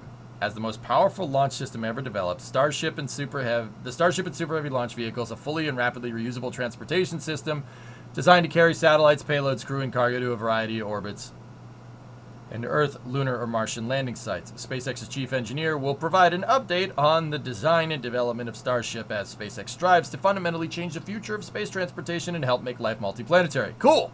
Starship update on the 5th, baby. That's actually on Thursday. Nice. Toilet on Mars? They did toilet on Mars? They did toilet? But they did helicopter, though, on Mars, right?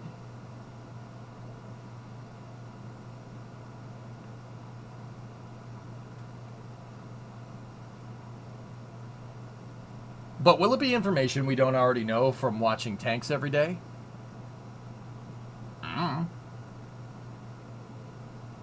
Toilet helicopter? I mean, helicopter blades spin, toilet, water in the toilet bowl spins. It's science, Creeper. It's all connected. Synergy.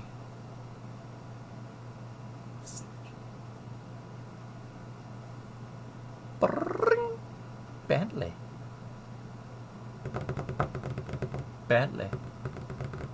Sorry. Tren. What's happening on the 5th? Well, Thursday is happening on the 5th. I know people like getting excited for Thursdays around here, right? That beam is hilarious. Ring! Bentley. Blackhawk. Bring! Bentley. Blackhawk.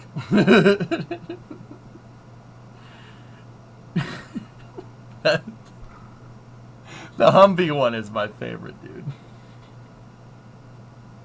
The Humvee is... Yes. Yes. Humvee. Ours doesn't do that. Humvee. Have you guys seen that? Hold on.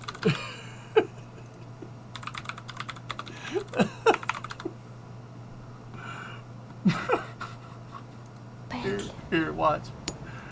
Watch this.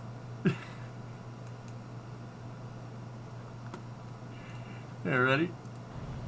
Humvee.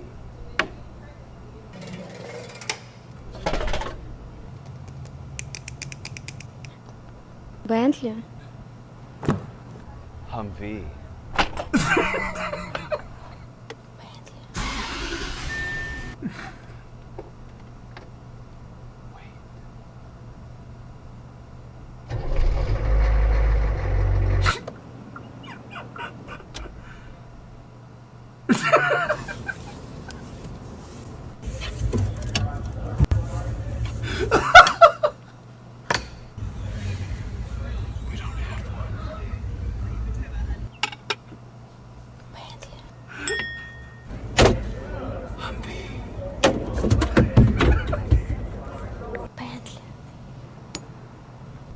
Humvee.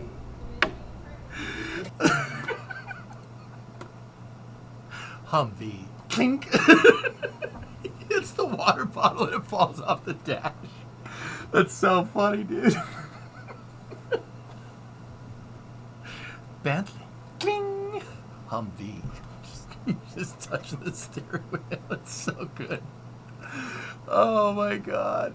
Can I get a link to this? Absolutely. For, you know, for research purposes, right?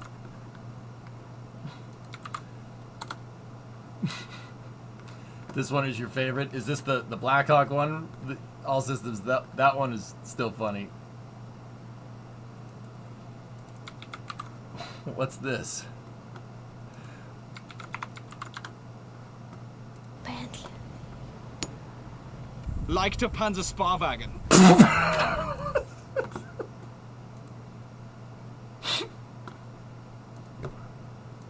Like the Panzer Sparwagen. Clink.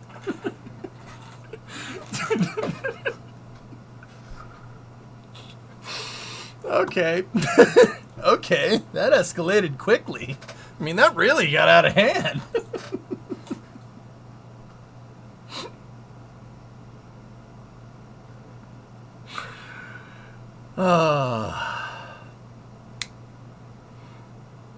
Okay. Ding. Bentley. Humvee. Time for Hearts of Iron. Like the Panzer Sparwagen.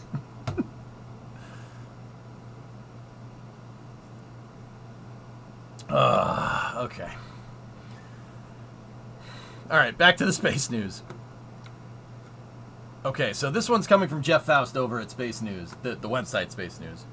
We're technically over here on my channel, we're the Space and Rocket Review. EJ, Space and Rocket Review. You two girls, tell your friends. There's a new Hearts of Iron 4 DLC coming soon. Sweet. Okay. What's it about, Josh? Ah, damn it, you got me. Oh, no. All right, just tell me. Just tell me. I'll explain this while you're typing it up. So NASA selects SpaceX for a rideshare of a small sat mission. Yeah, this is Tracers. The Tandem Reconnection and Cusp Electrodynamics Reconnaissance Satellites. Pair of small sats that will study space weather and the magnetosphere from Earth orbit. Nice. So it's a heliophysics small explorer mission, or a SMEX mission. Northern countries. Badly. Ding!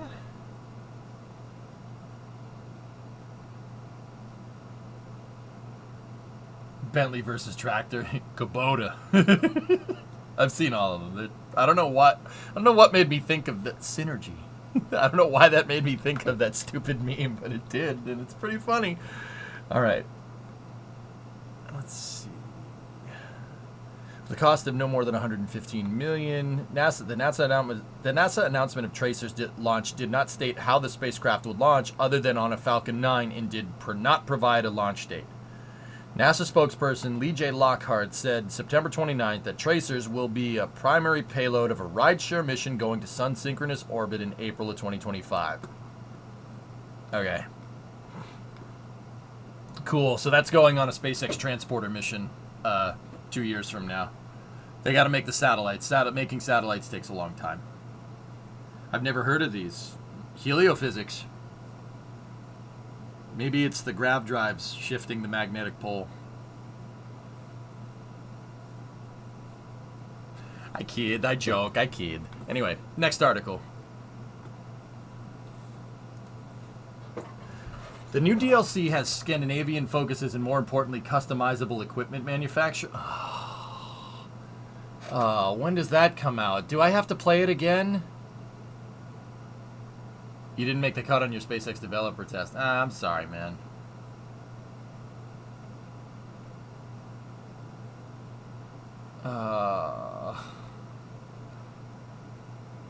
Customizable equipment. That's not good. Are we going to have Finland take over the world? That is what's going to happen, isn't it? We will just find a way to clone Simo Haya, and we just make army of Simos, and then we take over the entire world. So there's a very scary red army on hydraulic press. We must deal with it. Oh, God. All right. Anyway. We must deal with it. Sata kipine.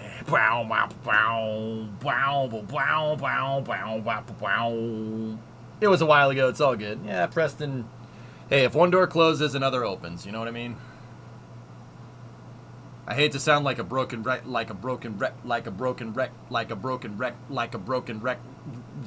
but it's true. We bring saunas to the world, and anybody that doesn't want the sauna, we will cook them in the sauna. We will introduce them to it. It'll be great. Don't sweat it? There you go, man. Right on. What would Dr. Z say? Well, Dr. Z would be very, very happy to see Finland people finally spread their wings and, you know, get out into space, and the more space for them on the globe. That's right. Nice rally English. Thank you. Kiitos. You're an indie drone developer, so I just do that anyway. Anyway, enough about me, sorry. Well, thank you very much, Preston. May I be in charge for a little while? What is that? What the frick is that? A jelly donut? How did it get here? Ole aivan.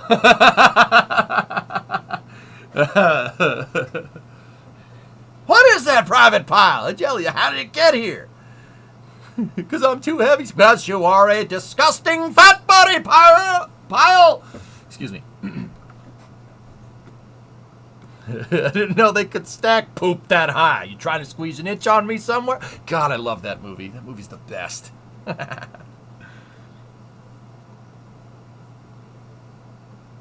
As Finland, you got to take over the Netherlands to get the Finnish East Indies tropical saunas. All right. The Finnish East Indies. Dude, passing, there's a buddy from high school that I was hanging out with last week, and we used to play Axis and Allies. So he didn't know about Hearts of Iron 4, so I explained Hearts of Iron 4, and he's like, dude, this is Axis and Allies in a board game, in a video game, not a board game. I'm like, yes, I know. This is why I play it. And it takes as long as Axis and Allies. Fun fact, right?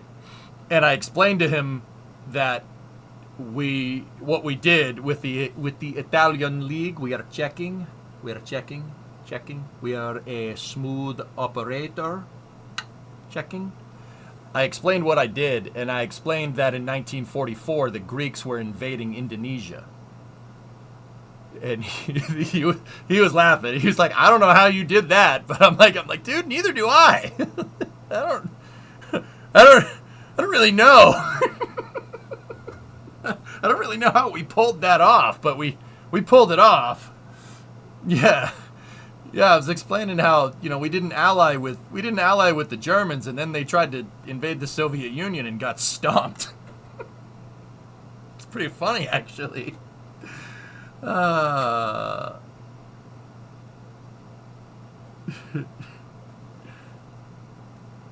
Tigris. Dude, my favorite part of Full Metal Jacket is when he can't climb the obstacle. He's like, then quit, you fat piece of crap, get the frick off my obstacle! I'm gonna rip your balls off so you can't contaminate the rest of the world! Like, it's not funny, but god dang is it funny.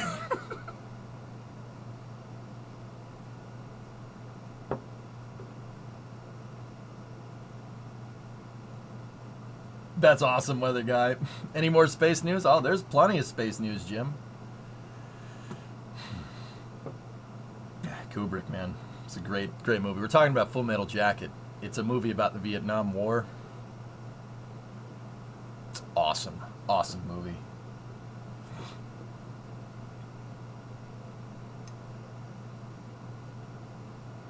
I always feel bad about laughing when it gets to that last scene. Yeah. It's a Full Metal Jacket gets real quick.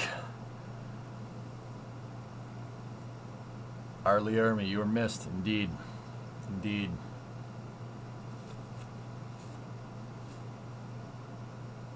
Yeah, laughter keeps the darkness away. More space news. Anyway, ESA delays Vega C return to flight in late 2024. Remember how laughing takes the darkness away? Remember that one time where we said that, you laugh because you don't want to cry?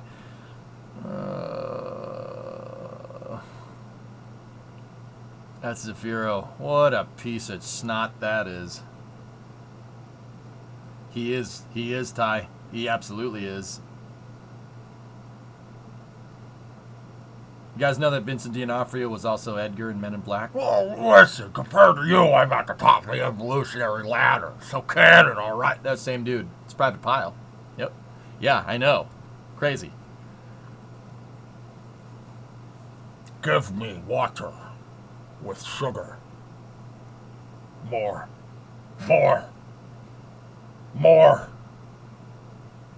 Oh yeah. Is that better?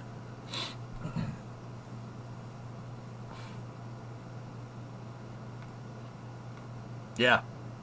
He's an amazing actor, actually. He's really good. Oh, is that your auntie? Y'all look alike. Don't start nothing, won't be nothing. And Kingpin and Daredevil. Yeah, right? That guy has been in almost as many things as Gary Oldman. Did you guys know that Gary Oldman was born a day before Gary Newman? Or did I have that backwards? Gary Newman was born a day before Gary Oldman. Anyway. ESA delays Vega C return to flight. So, Vega C is a new version of the Vega rocket. And the Zafiro 40, the second stage, basically when they went to fly it, the Zafiro 40 popped mid-flight. Not in a good way. So they've what the Avio engineers, Avio is the company that makes the solid rocket booster. So Vega C is all solid rocket stages except for the upper stage, which is liquid for precise satellite insertion. It's a medium-duty launch vehicle, kind of synonymous in function with like Antares, probably a little less, like somewhere between Electron and Antares, right? So the first Vega C flight went okay. It went pretty good. The second one, though, the engine blew up. Yeah, not good. The second stage popped. They had nozzle burn through. Basically, this part down here decided that it didn't want to be attached to the rocket anymore. There was a catastrophic loss of thrust and flame out very, very quickly. When an SRB flames out very, very quickly, that usually means that you let out all of the fun all at once, which means that it exploded. Yeah. So the Avio basically built an upgraded Vega stage, basically identifying what they thought went wrong with the Vega C flight, and they put the updated Zafiro 40 on the test stand, and that blew up too.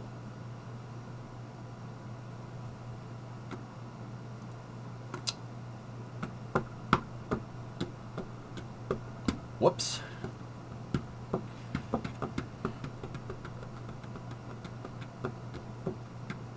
Yeah. They fixed the part that they thought failed, fired it, and another part failed, which means they didn't fix anything at all. That's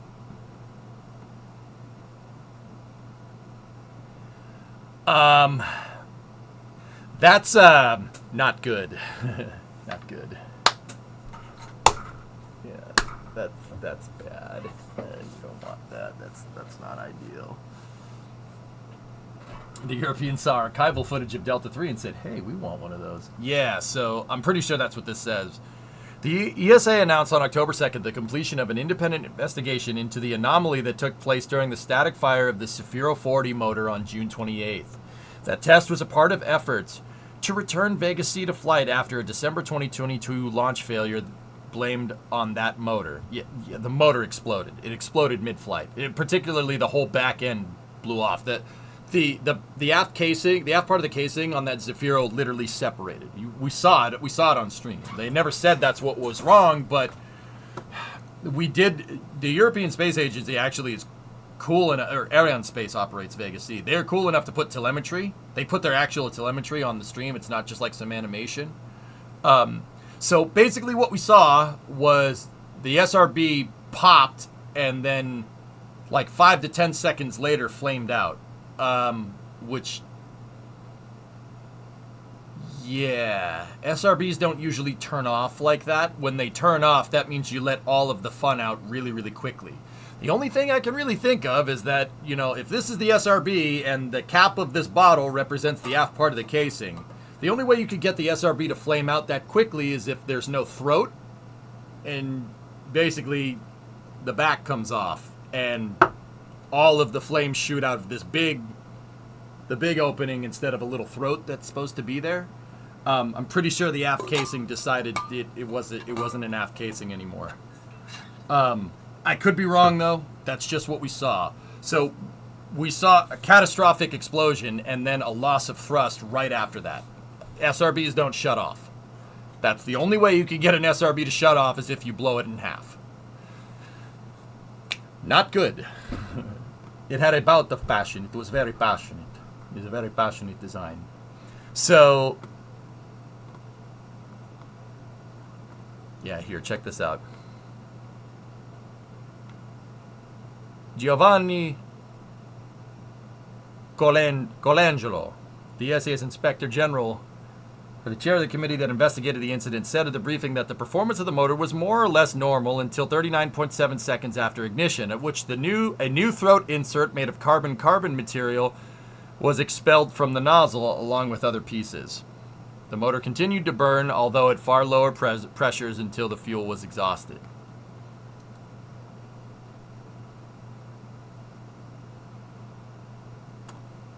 Oops. So, the piece that they put in, the carbon-carbon throat insert, where they thought they were getting nozzle burn through, they basically lined it with heat shield, and then it failed somewhere else.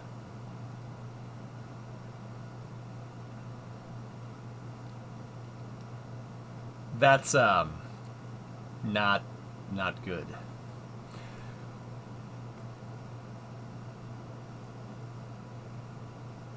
That investigation released in March concluded that the carbon-carbon material from the original supplier, Ukrainian company Yuznoye, did not meet specifications. Ariane Group now supplies the throat inserts. At the time, the ESA hoped to resume Vega C flights by the end of 2023. The June test anomaly was not linked to that launch failure, the ESA concluded. The failure of the test is related to the design of the nozzle that was not upgraded with the change in carbon-carbon supplier for the throat insert.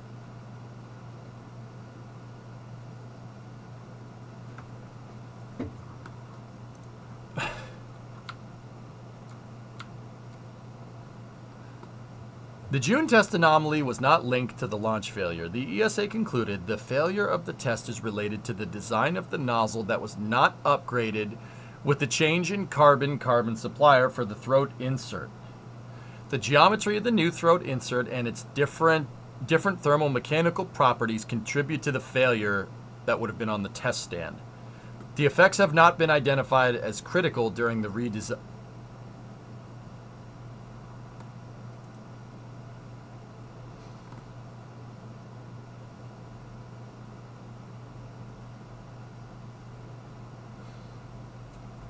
Did I miss something?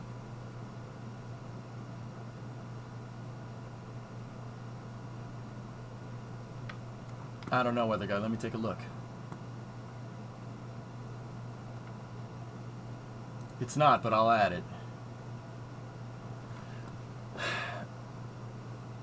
it. Can I read it one more time? Hold on. Tessa, wait till we play Starfield, dude. I'm trying to think about this.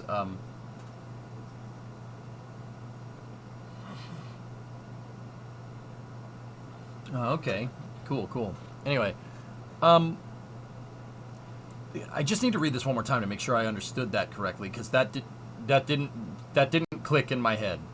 The June test anomaly was not linked to the original launch failure. Or it just says linked to that launch failure, the ESA concluded. The failure of the test is related to the design of the nozzle that was not upgraded with the change in carbon-carbon supplier for the throat insert. The geometry of the new throat insert and its different thermomechanical properties contributed to the failure.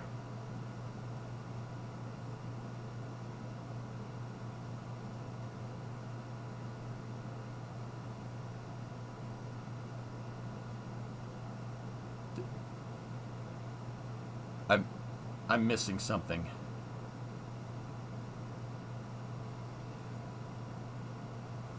The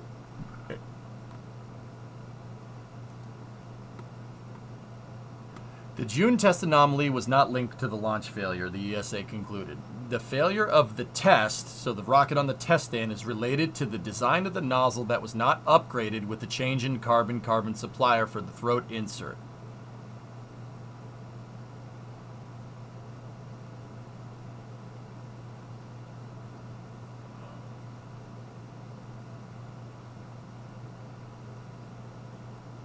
The geometry of the new throat insert and its different thermomechanical properties contributed to the failure.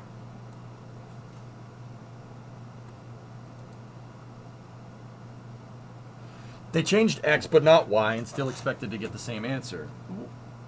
That says that the throat insert is not responsible for the test failure, and then it immediately says right after that it contributed to the failure. So did it not contribute to the failure, or did it contribute to the failure? I'm confused. I'm not understanding this. But then they said that the throat insert was out of spec. It didn't meet specifications. He said that early as 1 second into the test, debonding of the throat insert from the metallic nozzle had started, which grew progressively worse. Eventually, hot gas from the exhaust gas got into the gaps of the nozzle, causing ejection of the throat insert and other nozzle components. Okay, so it is the problem.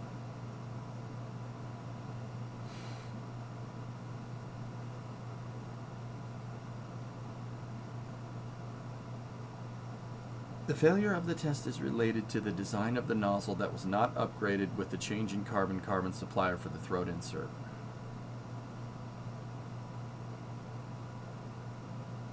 The primary failure was the nozzle. The insert set the stage, but the nozzle is what went poof, is what they're saying.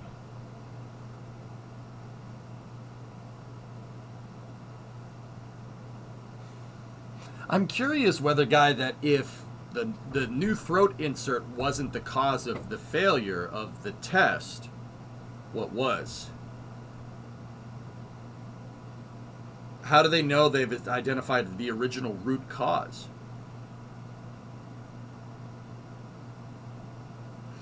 Yeah, maybe. I don't know. Honestly, just this just seems like somebody didn't proofread this before sending it out. Yeah, it's possible, nuclear. Yeah. I highly doubt that, though, from Jeff Faust. Jeff doesn't screw around with this stuff. He's really, really good. He's one of the best reporters in the industry. He's way better than me. He's way better than me. Like light years better than I am. The ESA recommended that the Sphero 40 nozzle be redesigned along with improved modeling of its performance in 2 static fire tests of that new design. A joint task force of Avio and ESA personnel has already started that work, says Giulio Ranzo, the chief executive of Avio.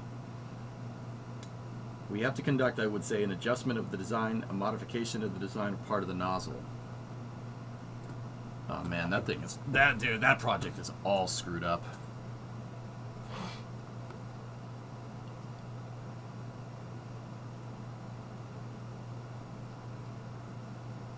Yeah.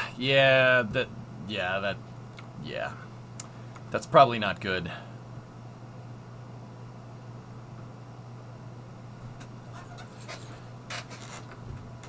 Yeah, you missed something. You shouldn't put something to qualify on the test stand like that and have it fail on the test stand for you qualified to fix your original problem that you encountered during flight. That's just a cluster frick. That's a cluster frick of a project, dude. That sucks. They'll get it though. In good time. Yeah, pretty much Wisp. Yep. Okay. FCC finds Dish Network for... Okay, so this is Jason Rainbow, also coming from Space News. The FCC finds Dish Network for botched satellite deorbit. Uh-oh.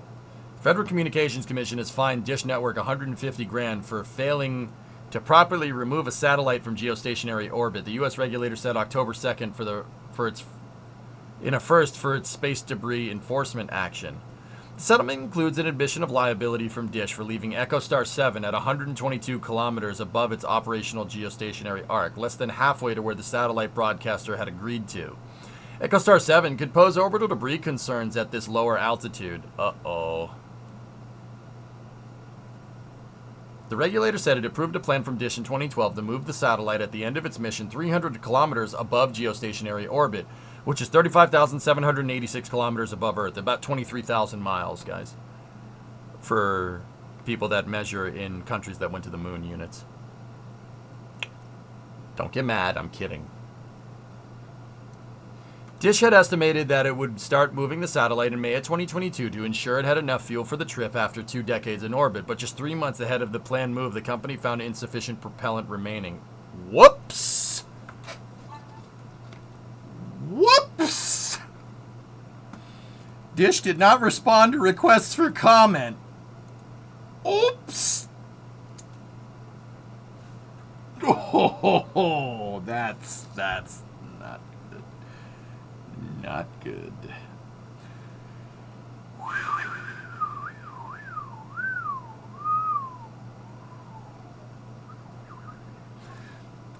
I got some local space news dated this July that I found today regarding Blue Shift getting a visit from NASA. Can I post the link? Yeah, just get perms from one of the moderators. Mods, can you give Tigris? Actually, Tigris, you should have regular, but just in case here. Reg, add. There you go. You can post links, just ask before you do it.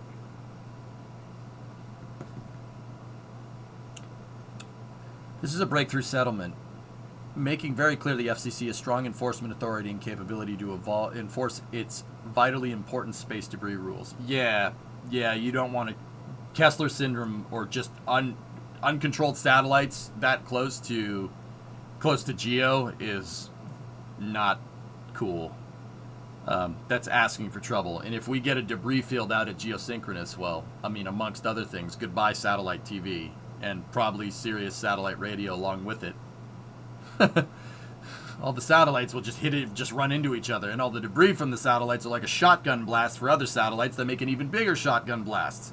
You don't want to play around with stuff like that.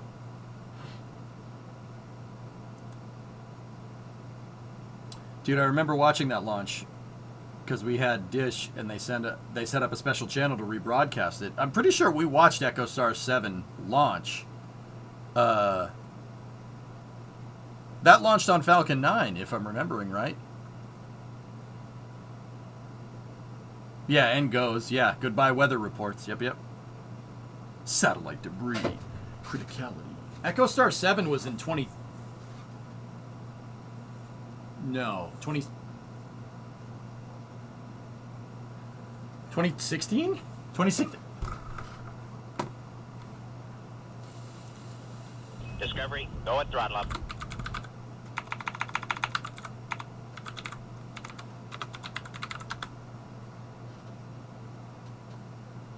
I'm thinking of a different EchoStar satellite, John. I'm thinking of a different one. That launched on an Atlas 3. Okay, cool. Yeah. I'm thinking of a different EchoStar. Yeah. Falcon 9 has launched EchoStar satellites, but it's Phil, EchoStar 23. Yeah. Sorry, I got confused. My fault. But yeah, that's cool. But, I mean, well, that's not cool what they did with the satellite, but yeah, I mean, that doesn't mean that they were just like, oh crap, we don't have enough propellant. Maybe something went wrong with that A2100. That's an A2100 satellite bus, which there's chassis to build satellites off of because most satellites have similar antennas on them, so it's kind of a la carte. You can just attach stuff like Legos to them, so there's like a common chassis that you can build on. Twitch didn't exist my senior year of high school, but it almost existed. It was close. This goes with that article. Hey Jeffy, 20-month resub. Thank you very much. Do you go with that article though, Bandit? That's the key. And this is the orbital police here. What's Jonathan saying about it? Following up on Sheets tweets' story, here is the data on EchoStar 7's orbit raising based on U.S. Space Force tracking.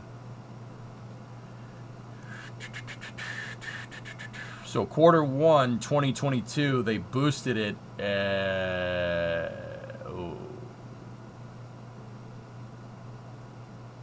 Uh-oh.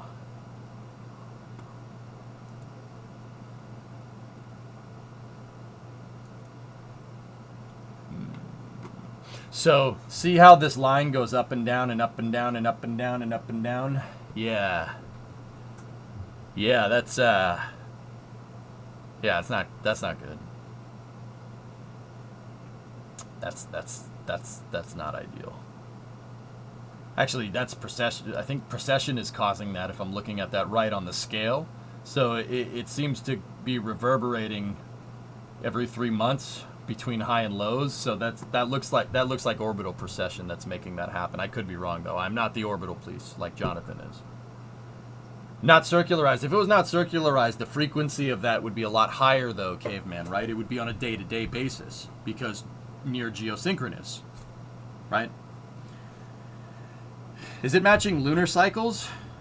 It's some type of orbital perturbation that's doing it, Hellfish, but I'm not sure exactly which one it is. But notice that it's actually...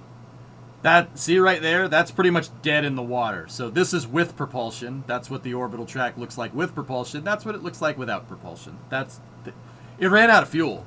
Either that or it broke. Something could have gone wrong. Something could have exploded. Or something detached or something. Most likely, though, it just ran out of fuel because usually when it blows up, there's no satellite left. But who knows? Yeah, interesting. Interesting.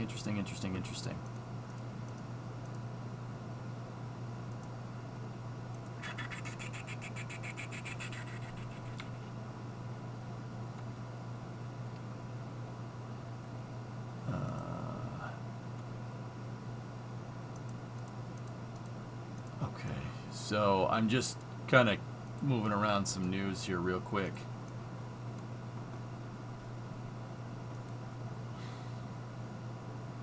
Well, Januber, it's near Geo, so it's the orbital period's got to be around 24 hours, give or take. Can we launch a craft with a claw and push it the rest of the way? I mean, you put a Kappa after that, Jim, but there is Northrop Grumman's MEV, Mission Extension Vehicle. So, long story short, yes. But is Dish going to pay for it? No, probably not. The fine is probably way less than what it costs to launch the MEV up there. Whoops. Have you decided on what to make in KSP? I think I want to continue with shuttle missions, Nova. We'll just continue building out the STS architecture with Collins 5. That's a good project till we kind of figure out what we want to do. If we do want to keep playing KSP a little bit more and get more involved with KSP 1, i.e. if KSP 2 is going to take more time, we'll get into more hardcore stuff with the shuttle, like seeing if we could like reuse one or something down the road.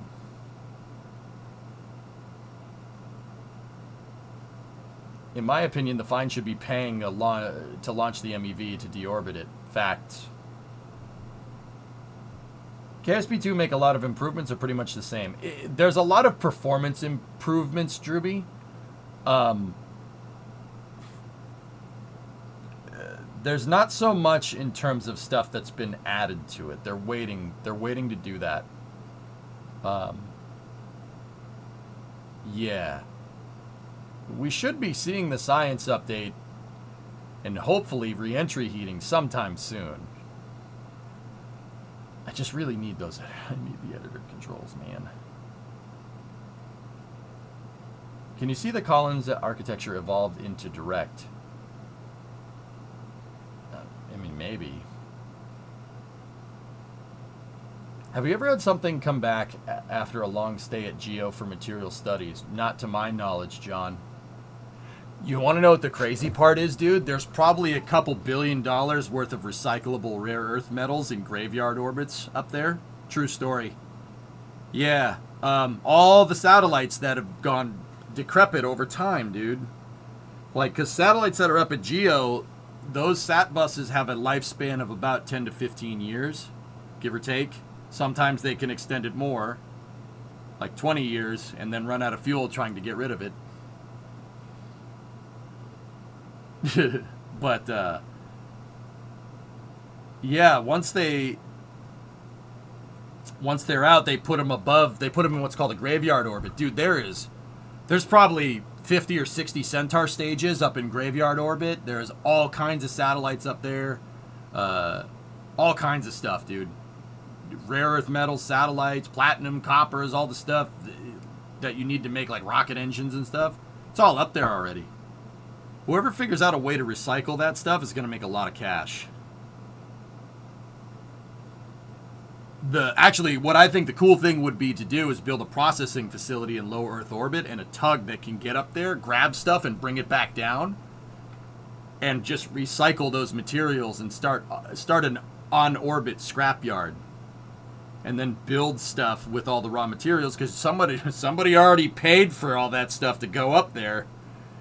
You know, bringing it back down and recycling it down here doesn't make that much sense. But in low Earth orbit, though, there's a lot of rocket motors up there. Just saying.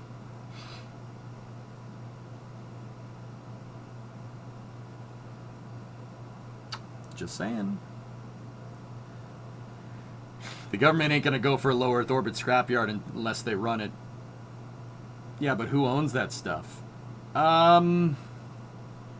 It's the country of origin that owns it, John.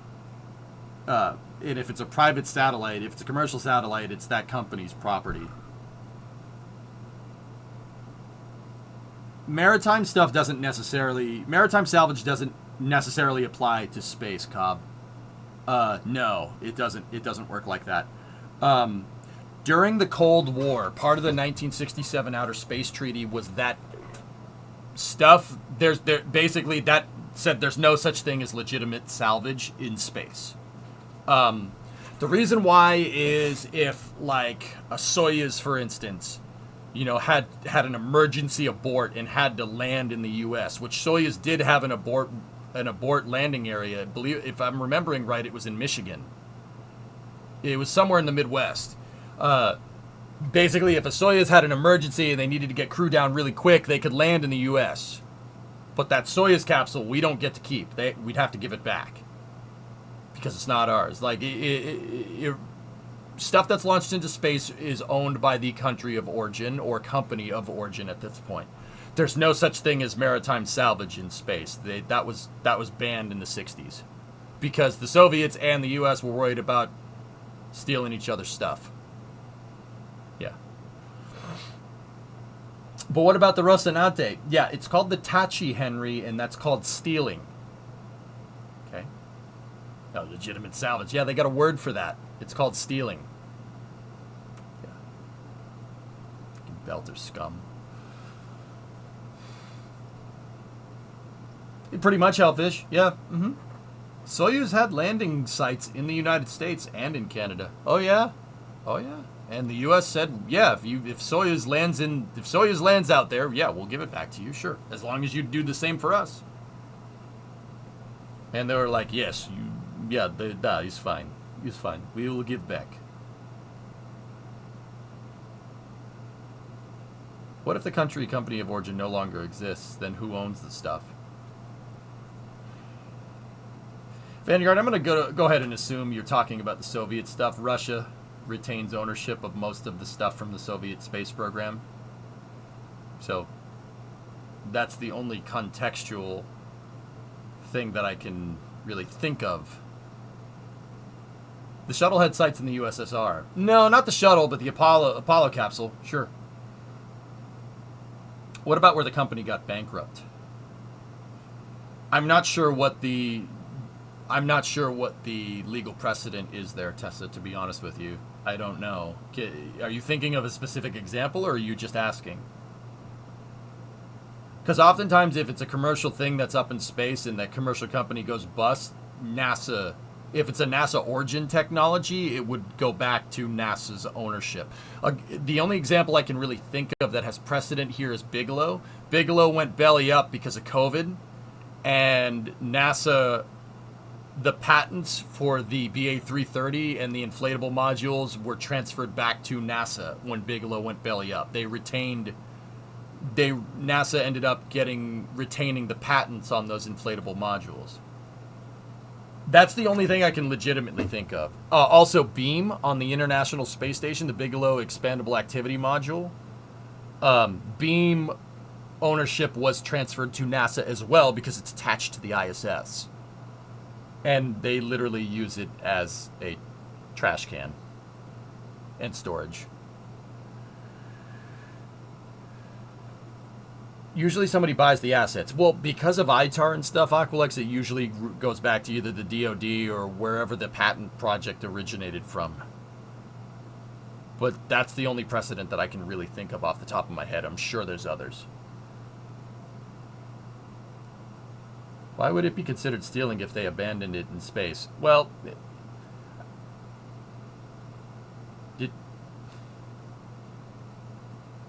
abandoned it because everybody died.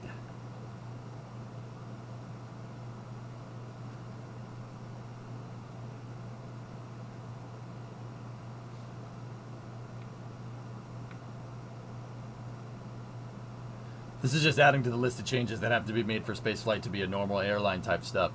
And Hellfish, that's why, as much as I want to say, like going to Starship real quick, as much as I want to say this is bullcrap, they're dragging their feet on purpose because they don't like you. That's not the case. It's not. It really isn't. Like, dude, don't get me wrong. We know that the government's a big machine and it goes slow. I get it, like obviously, but it's important to get the commercial framework for this type of stuff to normalize spaceflight down pat the first time. It's important.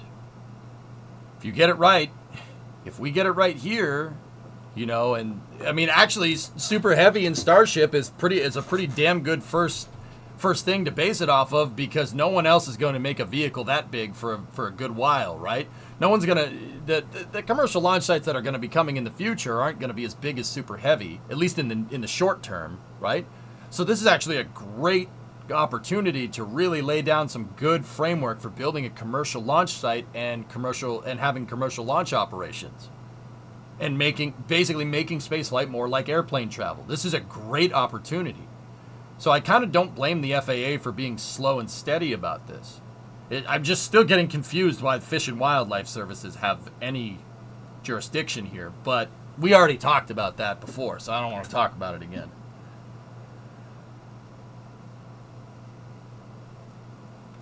The FAA is the largest generator of drag in aviation. Damn. Flying fish? Ah, yeah, that's right. This isn't on the FAA at that point. I've always said that the FAA, having everything go through the FAA is a great idea. Because here's the thing. Most of the reason why the FAA exists is because somebody in the past decided to do something really stupid on an airplane. And the FAA makes sure you don't do those really stupid things again so more people don't die. Basically, the FAA's rules are basically written in blood. They're not a regulatory agency that's just going to make up arbitrary rules about stuff. Those rules are painted in blood. Because people, let's be real, a lot of people have done some really dumb things with airplanes over the last 100 years. Like really dumb things. Yeah, you know, it's good that something like that exists, because that's what keeps airline travel so ridiculously safe.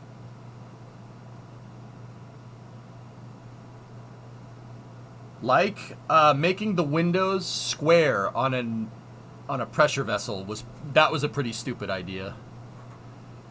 Square windows on an airplane with a pressurized cabin, not a good idea. Also, I could give another example. I think it was, what's the plane that went down in the Everglades in the 90s? TWA?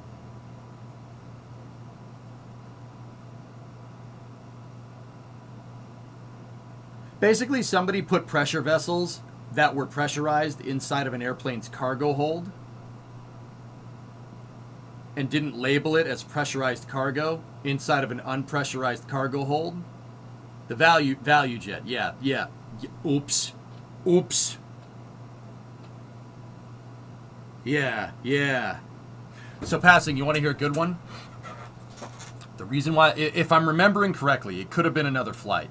The reason why ValueJet went down is because somebody put the O2 pressure vessels for the oxygen masks in a box in the cargo hold and didn't label it as such. And then the plane flew up. Pressurized stuff in an unpressurized volume. It still had gaseous oxygen inside of it, and that just started leaking around inside of the cargo. It wasn't pressurized cargo, it was unsecured oxygen generators. That's it. It's something that was generating oxidizer inside of the... Dude, it's so stupid. Like, come on. Yeah, basically, labeling cargo correctly, that's another one. That's what I mean. People have done some pretty stupid things, like this thing that oxidizes things, let's put it in a plane where there shouldn't be oxidizer, and let's put oxidizer there. No, it turns out the plane explodes. Fun fact, great. Those are the reasons why the FAA exists and why the NTSB exists. It's so important to keep airplane travel safe.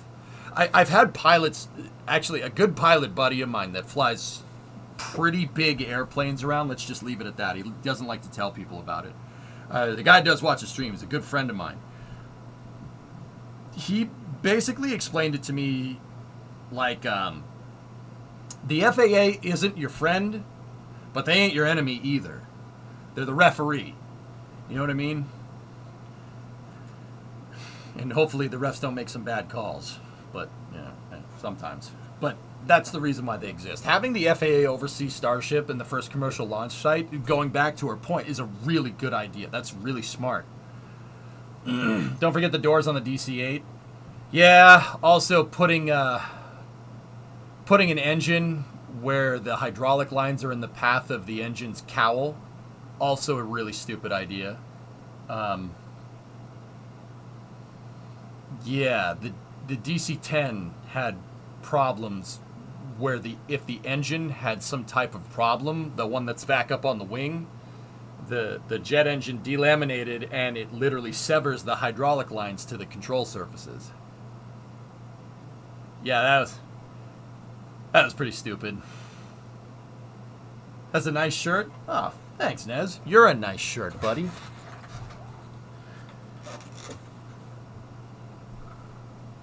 As much as I meme about the FAA, they play a very important role.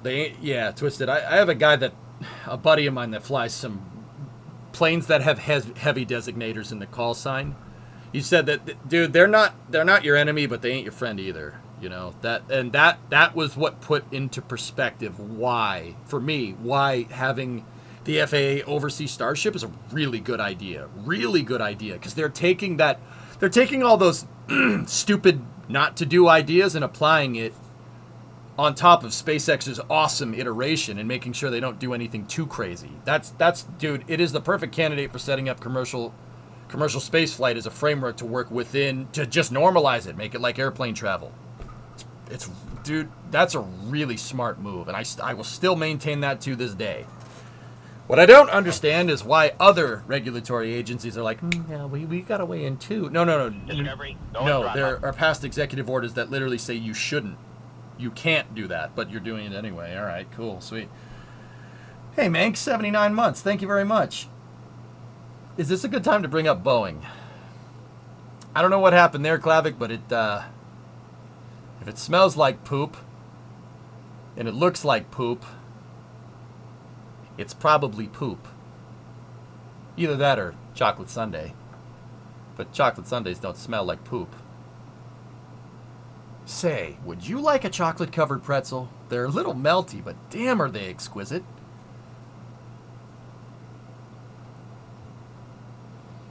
I remember TW800, ValueJet, and all others, all due to bad design decisions. Yeah. What happened with Boeing? I'd assume Klavix is referring to Boeing's past endeavors in new commercial airliners.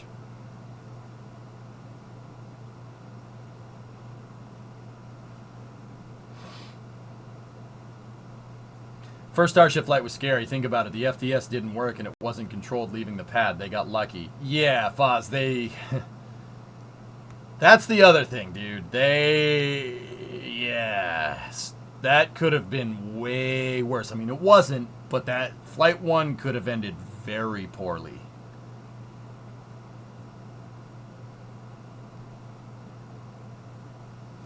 It could have ended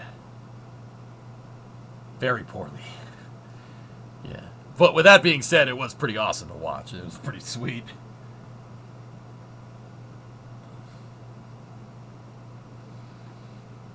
Do we know when the next Starship launch is?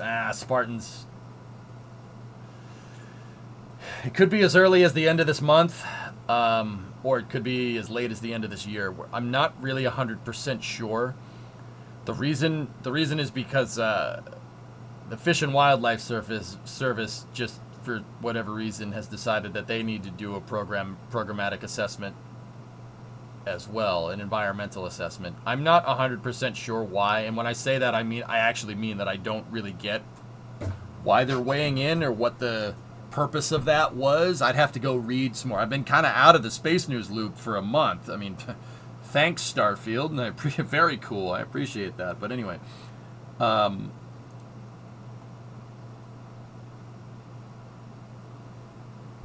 what is this? What's that, Erudite? This is a NOTAM. This is a NOTAM FTC 372 download shape files. Issue date September 29, 2023, 2128 UTC, Brownsville. Beginning date and time October 1st through December 31st. Space operations area.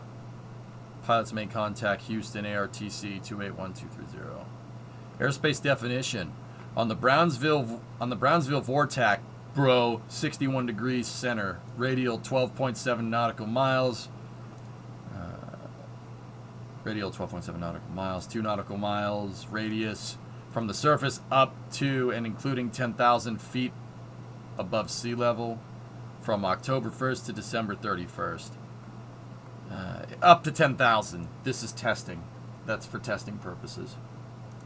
But yeah, that is a so this is a notice to airmen for a temporary flight restriction.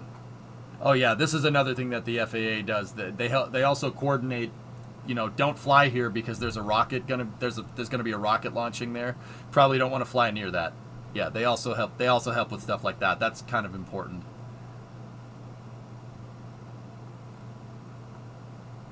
EJ, after a month, would you say Starfield was more or less what you were expecting? Less, more?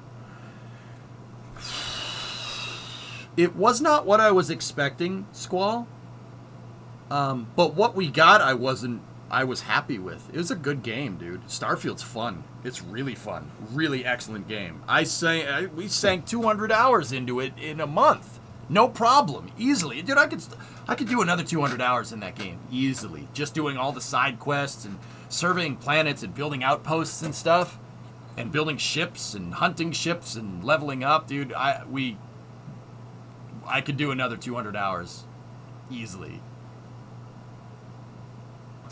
Yeah, it's not exactly what I was expecting. I was expecting something more like Elite Dangerous or Starfield, where you have or Star Citizen, where you have seamless transition, like you can land on the ground.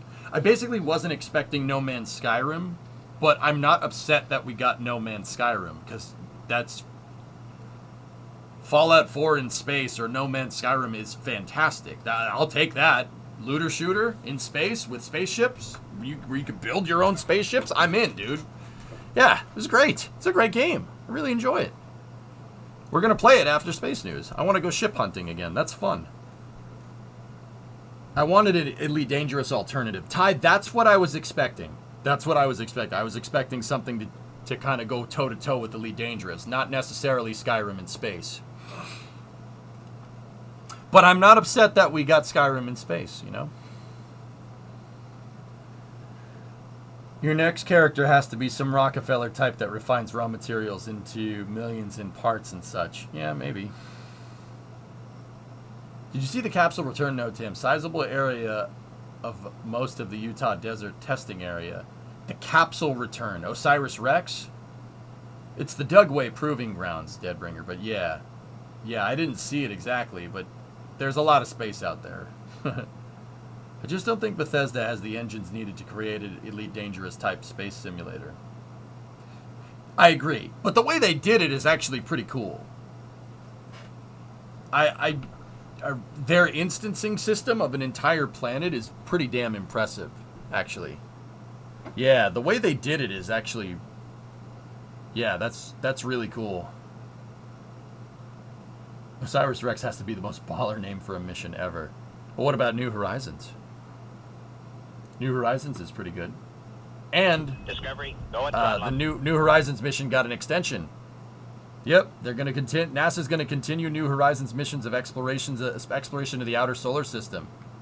Yep, it's going to work on gathering heliophysics data. Yep.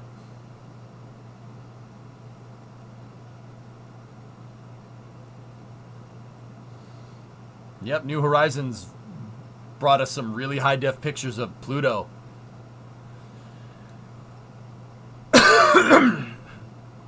Then venturing out for a flyby of the Kuiper Belt. Yep.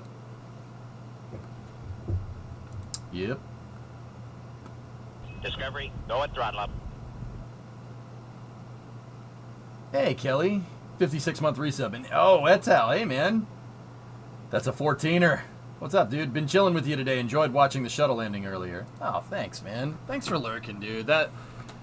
From one streamer to another, that means a lot, dude. I've been trying to lurk you too, dude, because yeah, that's cool. Thank you. It means a lot, man. Appreciate it, dude. It's good to see you. Yeah, I took Collins out for a spin, Nova, because there were some people in the stream. They're like, dude, that's a really awesome space shuttle. I've never seen that fly, and I'm like, what? No, no. And that's kind of what I'm like. Okay, we got to fly the shuttle more. We got to fly the shuttle more. Okay, all right. I haven't beaten the fact that the shuttle is the most god tier launch vehicle ever created by man into people's heads enough lately. So we got to do that again. It's my obligation.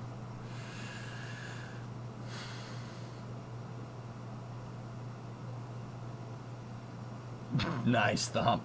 It's easier to hang out when I actually have some time off to relax. Yes. Yes. Yes. Anyway, that's cool that NASA's extending the New Horizons mission. Every mission extension like that is going to get you get your money's worth for what it costs to launch and build that thing. And if it can do more science up there, well, that means the dollar per science can go up if they extend the mission, which is great. Yeah, you're right. Buran is a very good show. No, it's not.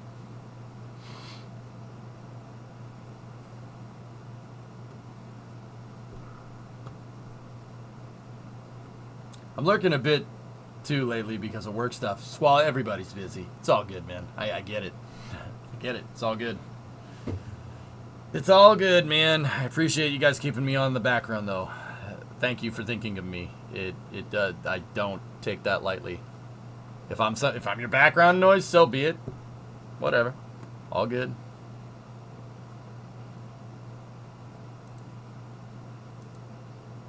Okay, we're gonna skip that one. So let's see. So NASA Ames posted this. Mobile on the moon. That's what our Viper rover will have to be. These extreme mobility tests help ensure that our robot is ready for the lunar South Pole. So the Viper mission is a NASA mission to prospect around on the lunar South Pole for water, or ice, more importantly. The Viper mission is launching, I think last time I checked it was set for 2024, but it's probably 2025 at this point. But let's see this test footage. Ow, that's my ears exploding. Really cool, NASA. Thanks for cranking the sound.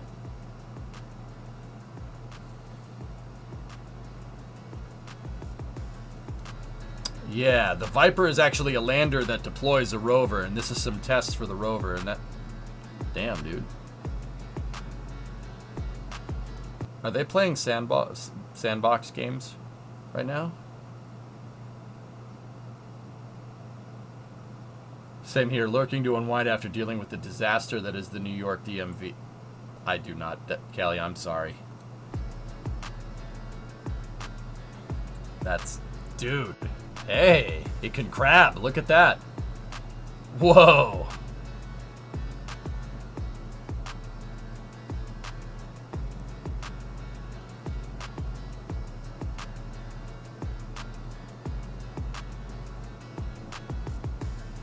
That's really freaking cool. Whoa.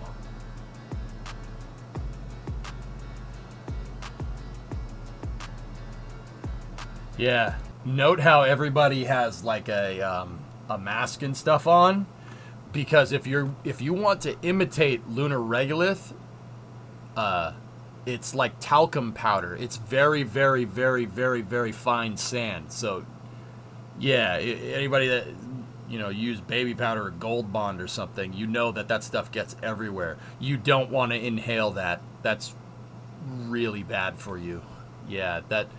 Your lungs don't really like when anything goes in there that's not nitrogen and oxygen. They don't like that. They're not really built for that. Silicosis sucks. Yeah, not fun. Not fun. Yeah, that's not good.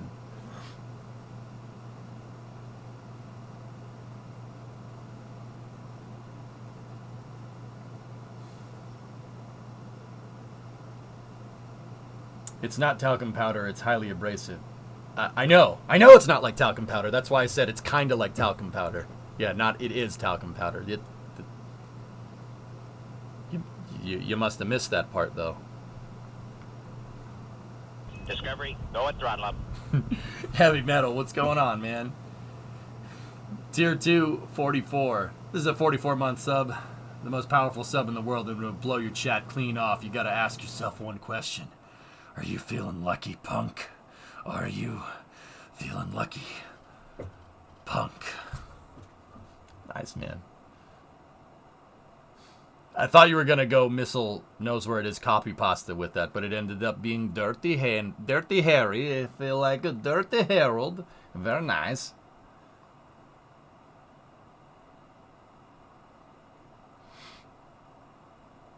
The objective of the rover is to find landing sites. Viper is prospecting, Bandit, if I'm understanding that correctly. It's a prospector rover.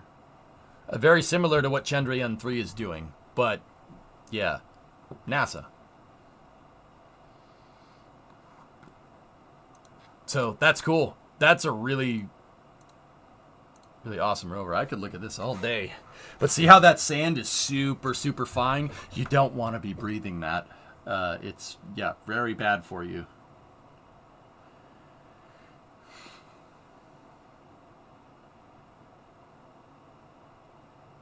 Now that's off-road suspension, man. You see how everybody has a mask on? That's cool. When is it launching? Viper is, I think, 2025, I think. Yeah, Kelly, it's not good for you. It's not, that's why everybody in there, you don't want to breathe this stuff in.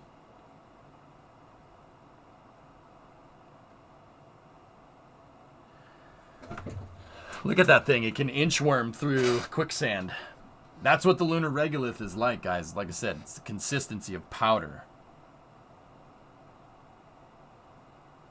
Cool. Cool. You could breathe that, Atomic? You could breathe it once. Maybe twice. Wait, there's quicksand on the moon? Well, no, because the power, because the is the moon like that? Yeah. Yeah, no, Matt, yes, it's very easy to sink into it. Yep, yep. We learned that from the Apollo program, believe it or not, and we learned that it's abrasive is the word I was looking for when I first explained it, but it's super abrasive. It's bad. It's like fiberglass, dude, only like ground up. It's not good for you. Not good. You want to bet? No. No, I don't want to bet. No. No, I do not. Okay, so how deep is the fine powdery regolith?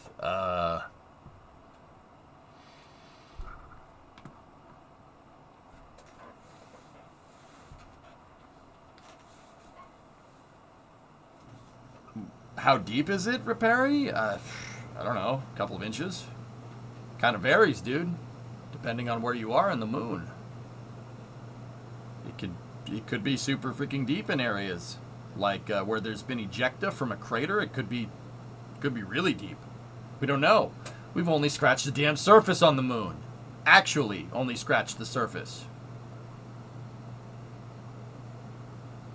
Little off topic, but the FIA approved Andretti to make an F1 team. Yeah, Bandit Hellfish was telling me about that. That's pretty cool. Guys, when I say we've only scratched the surface on the moon, that's what I mean. Apollo 17 was the only Apollo mission that had a damn scientist on it. Harrison Schmitt, or Jack Schmitt. That was the only Apollo mission that had an actual scientist on it. And it was one of the only missions where they actually went and dug a damn hole. And they went down not very far. Didn't go down very far. But they did dig a hole, dig a hole, dig a hole. Here, I'll show you. You want to see what they found?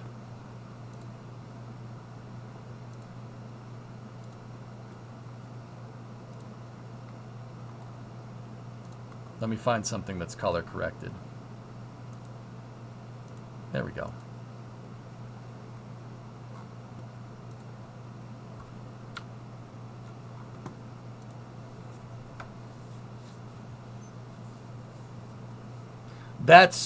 overexposed a little bit and color corrected on purpose to show what they saw because it's really easy for the cameras to wash it out, but they dug a hole in the ground and that's what they found.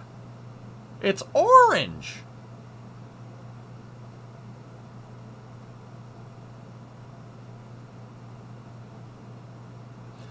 BW, you're looking for the ISS. What lights will it have? Blinking, more yellow, brighter. It'll look like a star moving across the sky, BW. White light. Trust me, you'll see it. It'll be going about as fast as a plane that's really high up. It's going maybe just a smidge faster, and you'll see it. It'll be super bright. It'll look like a star going across the sky, but slowly. Iron oxide, iron. I forget what the orange was. Hold on, 1 second. It's something from prior volcanic activity.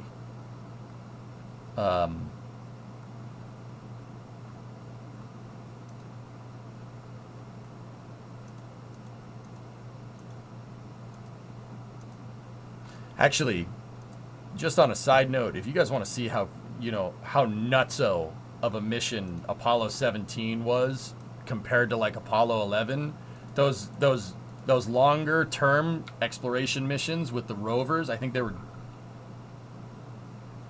K missions, Apollo K missions. Check out a picture like this. Look at that.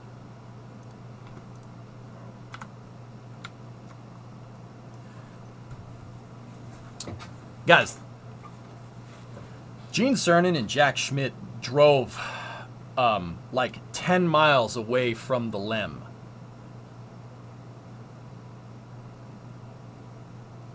They drove a very long distance away. Pretty much their total mileage on the lunar rover is probably about as long as Manhattan. Oh yeah. When I say we've only scratched the surface, I mean we've only scratched the surface. That's what I'm saying. Some of the pictures from Apollo 17 are unreal. Like, that's a big hole. That's a big hole in the ground. Damn.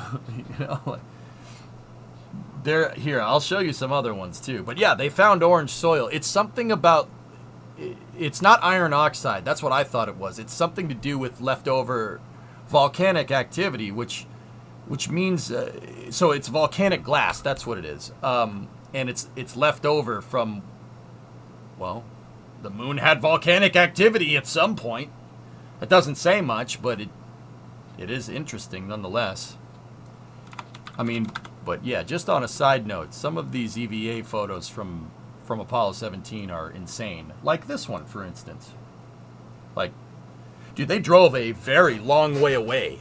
Apollo 17 was on the surface of the moon for 3 days. 3 Earth days, not 3 lunar days. The lunar night would kill you. It's way too cold.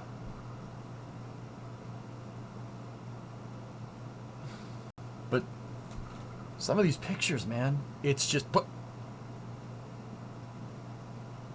Can I find the person that saw this and said, "No, we shouldn't do that anymore," and like kick them in the nuts or something, like multiple times, like just. And I'm not talking like toe right into crotchal region. I'm talking about toe behind crotchal region, like this, so your shin goes right into the gonad area. You know what I mean? Like right, like, you know, your foot goes like. My fingernail is a foot. It goes past, and your shin, the hardest part of your leg, hits the person right in the crotch, like multiple times. Like, can I do that? I really want to find the person that looked at something like this and said, "No, we shouldn't do that anymore," and just.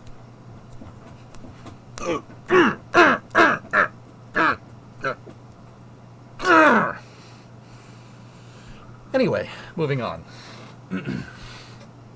Like shin to gonads. That's just boom, boom, boom, boom, boom. Like popped like a balloon. Anyway, I'm not bitter. I swear. You get it? No. I don't think you do. I don't know if you do. Here's the map on where they went. Yeah, it's pretty crazy. So, Repair, to answer your question, how deep does it get? I don't know. Don't know. I don't know. Should probably find out. It'd probably be useful. It's not like it's far away on a cosmic scale. It's super close, actually. But seriously, though. Shin, right to gonads. Multiple times. Like,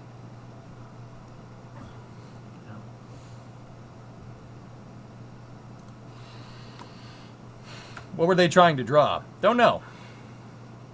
But yeah, check that out, dude. That's a long freaking way. I mean, look at your key up here. 2 kilometers. So that's a lot. That's a long way away from the freaking landing site, dude. Now, I just want to point that out. Like, you're driving in a truck or lunar reconnaissance vehicle, lunar roving vehicle, and you're 10 miles away from your lifeboat. Think about how insane that actually is. That's crazy. Long way away if the rover broke down. That's what I mean, dude. You have one ride home. Hopefully you don't pop a tire. I mean, the LRV had tires that were not poppable because they were made out of a metal mesh to make sure that doesn't happen. Right? But it's still crazy, dude. That's absolutely nuts. That's some real ballsy stuff right there. And look at some of the pictures that they got, man. Oh my goodness. It's just, what the frick, dude? How long did their oxygen last? Well, so a lot of people don't know that by the time Apollo 17 rolled around, they had upgraded the Saturn V. The Saturn V had basically a Block 2 upgrade. By the time 17 came around, the Saturn V could move way more than what the original, like Apollo 4 or Apollo 6 could move. Or even Apollo 8 and 11. They could take, I don't know, for instance, the lunar rover. You could carry that on the side and that could make it to the surface.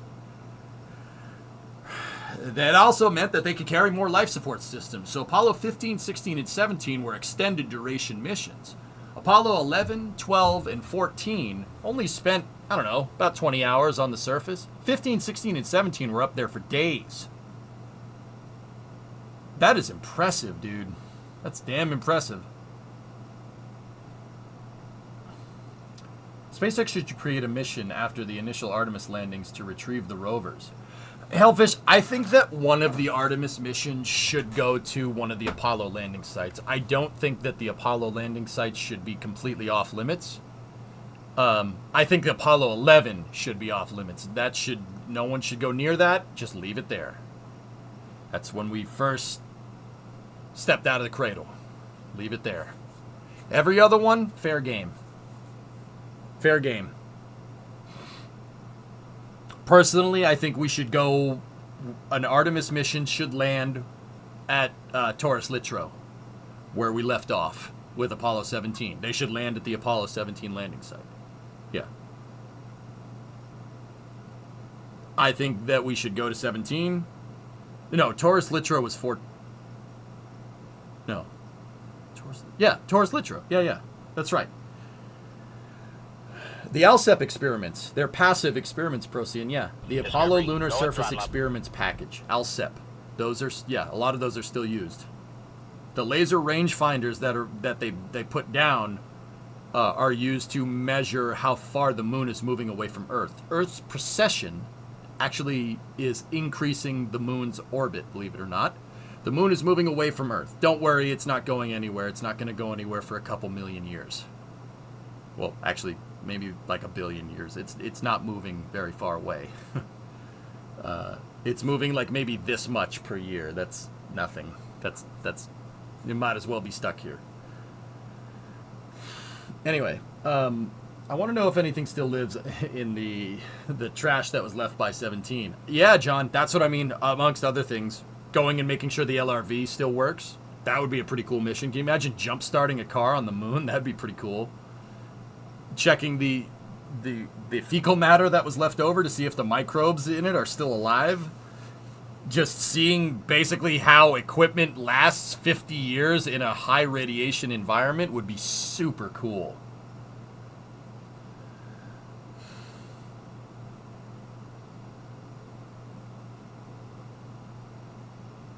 That's right, Element. The sun will eat us before Earth yeets the moon out of its orbit. But anyway, yeah. That 17 mission was nuts, dude. 15, 16, and 17, those extended missions are absolutely insane. And that's where they learn that the moon dust is not good to breathe. Yeah, some of these pictures of Jack Smith and Gene Cernan on the moon. See, like that one right there.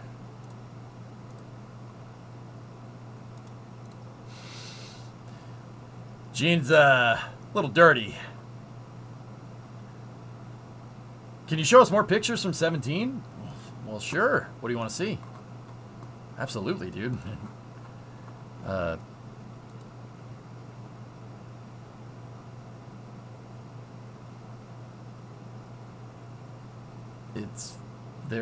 me see if I can find more pictures like that.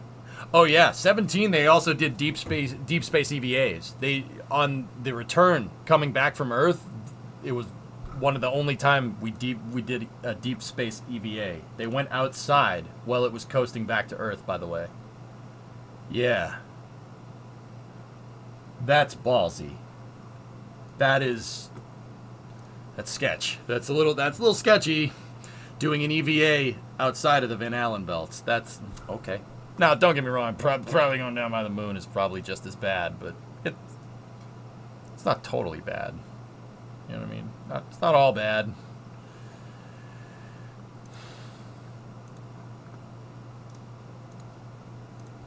Here's another picture. Another one of those cool pictures. Look at some of these, dude. They went around and see, like, the interesting thing, and I'm not a geologist, but that rock looks like it has vesicles on it, which indicates volcanic activity at some point.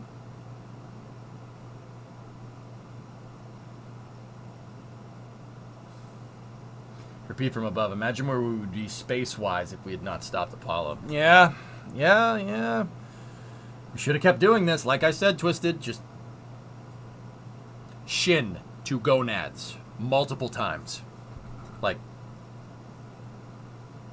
you can call me a wimp for kicking another guy in the balls, but also I will put a temporary memorandum on my standards of not kicking another man in the crotch for this. Absolutely. No questions asked. Where do I think we would be now? Had we continued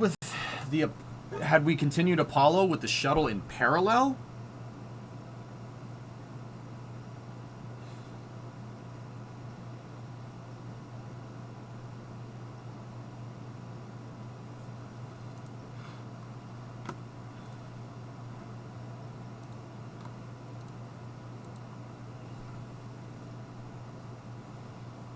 I don't think the shuttle needs to exist if Apollo keeps going. There, I said it. And I'm saying that as somebody that loves the space shuttle. I don't think the shuttle needs to exist. I think that mass-producing Saturn V's and optimizing it with the avionics enhancements that came with the 70s and the 80s. You probably would have been able to make a superior launch vehicle that probably would have costing less if you had kept block buying Saturn V's. Part of the reason why the Apollo program carries a hefty price tag is because, well, when you invent a new transportation medium to get to another celestial body, there's no getting around it being expensive. The difference between then and now is that they spent the money that they needed to make the rocket and then figured out how much it ended up costing after the fact. Think about the difference there.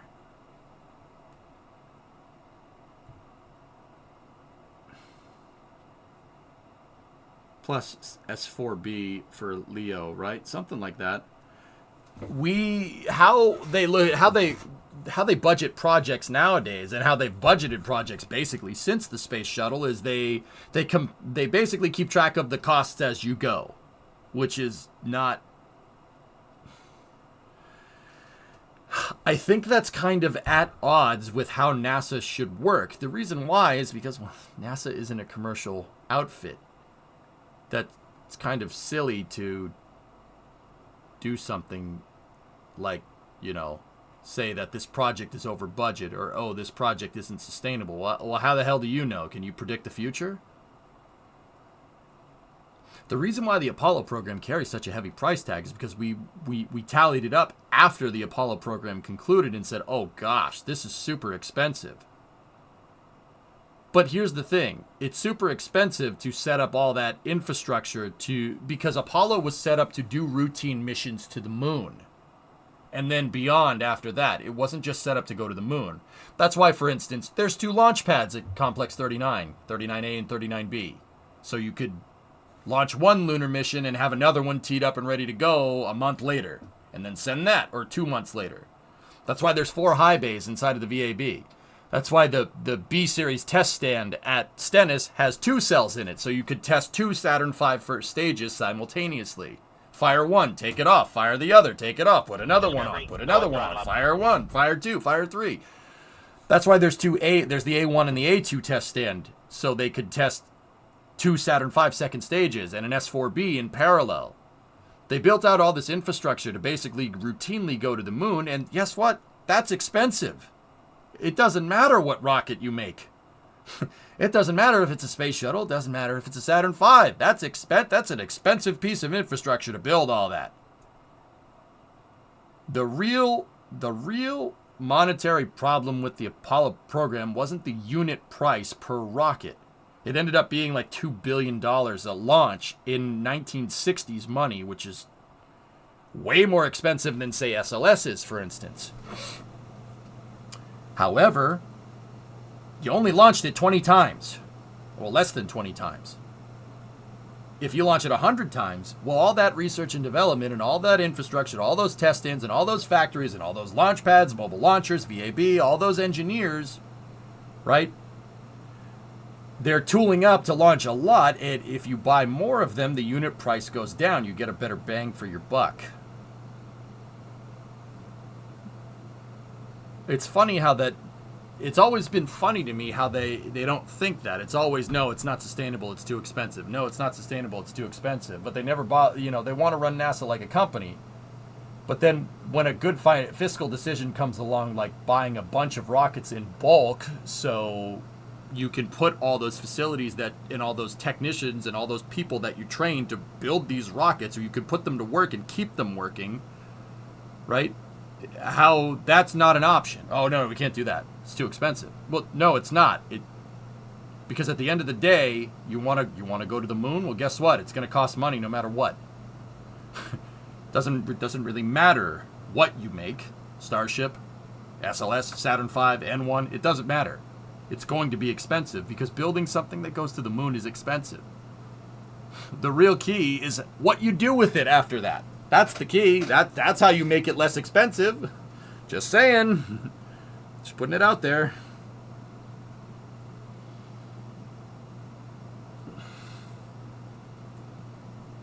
In 2023 dollars, Apollo 11 would have cost $16.75 billion.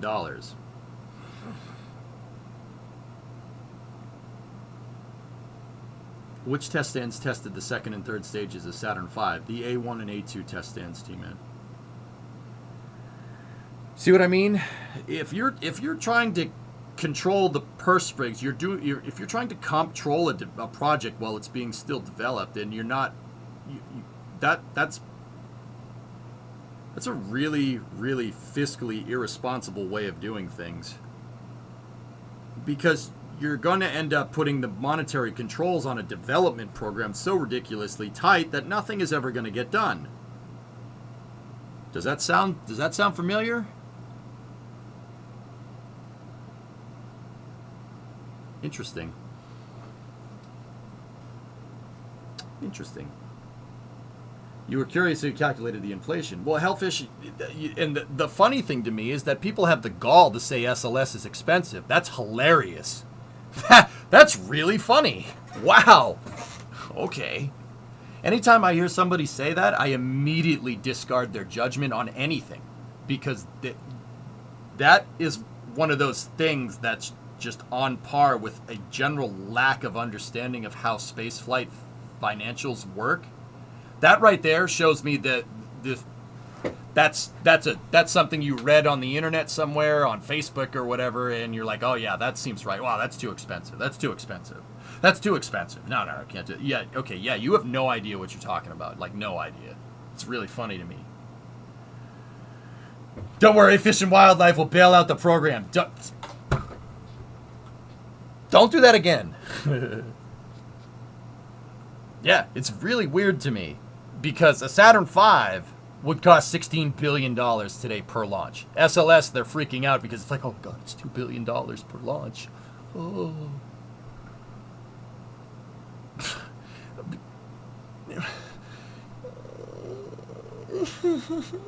I almost think that the contrarian types that say, oh, SLS is too expensive would be the same boneheads that said that in the 60s that said, oh, we have too many problems. Why go to the moon?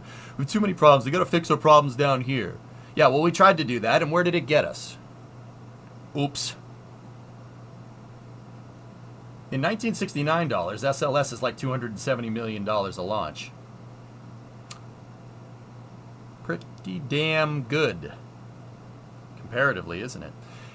Elfish, remember when I said a long time ago that I think the price tag for like to stack and put SLS on the pad minus development could get as low as like $400 million? Basically about the same as a space shuttle, and everybody called me a nut job. There you go. Dude, this is the stuff that I do for fun, man. Ugh. They still say that, though. Too many problems here. Yeah, they're always going to say that, Northern. That's why we should, well, not ignore them, but that's why we shouldn't let them use spaceflight as low-hanging fruit to justify them fixing whatever stupid problem that they're always going to have. You know? Screw that, man. Nut to the gonads, right there. Kick to the gonads, right there. What? Anyway.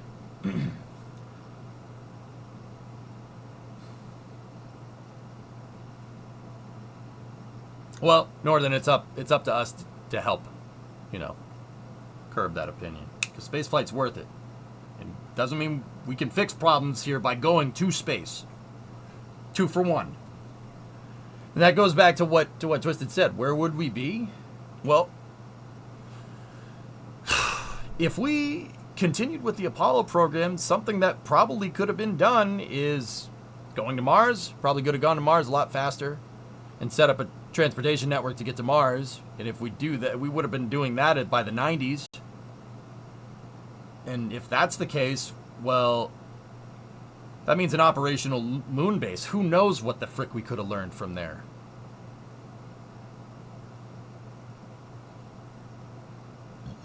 Could have mined HE3 off the moon. Could have done that. Still could do that. There's an isotope that's really good. There's an isotope of helium that's on the moon that's really, really good for fusion. Could still do that. That would be useful. We should mock them relentlessly until they give up. Yeah. Yep. Do you think we'll ever see an SLS launch at some point, like twice a year? Erudite, best case scenario, I think 4 times a year by the end of the decade. Best case scenario. Worst case scenario, 2 times a year. Which still is pretty damn good. I'll take that.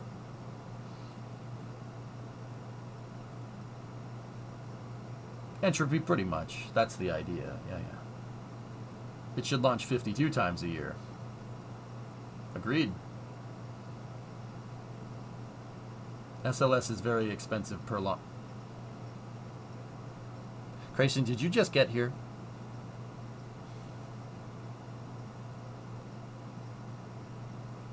Be honest. Did you just open the stream? Did you just open the stream? Tell me you just opened the stream, man.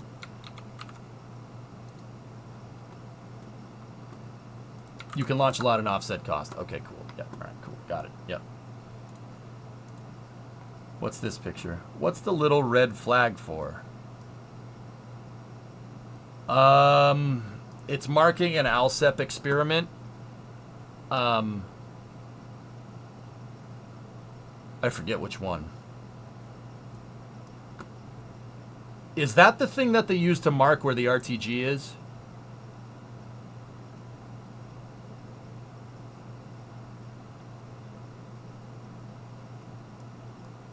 I mean, dude, look at this freaking picture.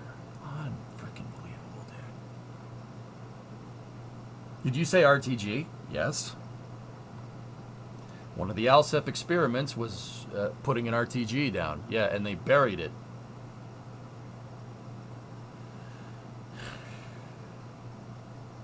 Dig here if you get cold. Yep.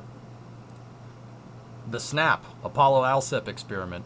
I think that's what that's marking, but then again, that looks like the RTG in the background over there.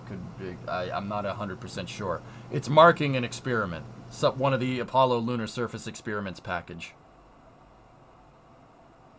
But dude, seriously, do you see the LEM anywhere in this shot?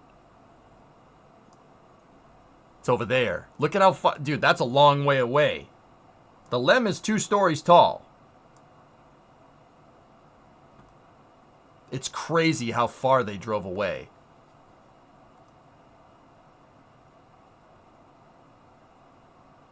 I don't know. Or not. I don't know. Walkable. From where they are right now, but when I tell you that they drove basically to the foothill over there, you're gonna freaking be like, huh, wait, what?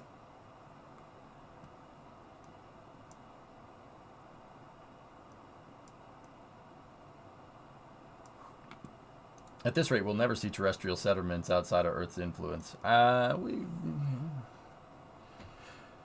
think it's coming a lot quicker than you think. It's always darkest before the dawn, Tigris.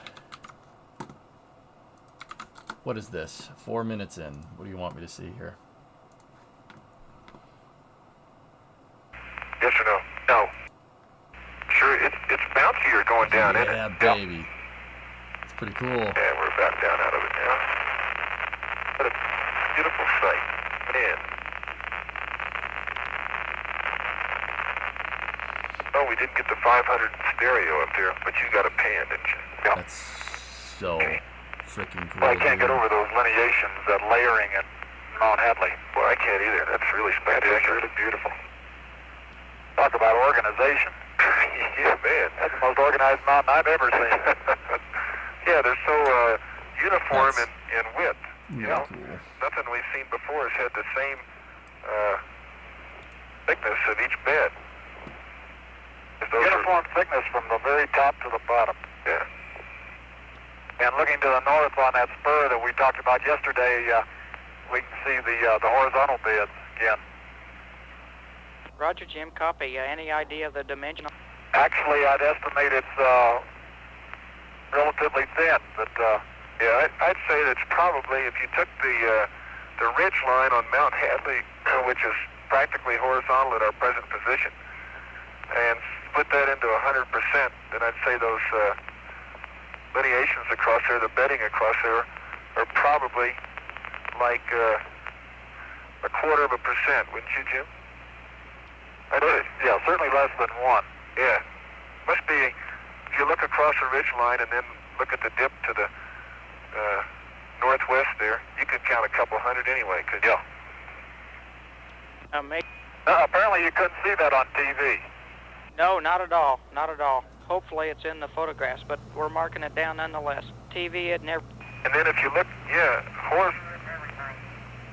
Jim, horizontal half, well, all the way up. I guess that would be slumping. Yeah, there is. I see it now, yeah.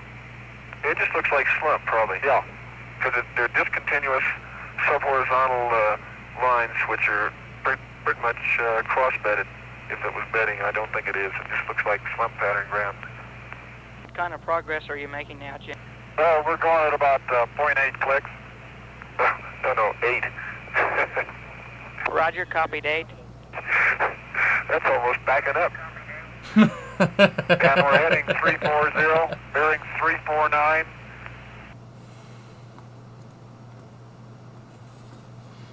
Frick me, that's cool, dude.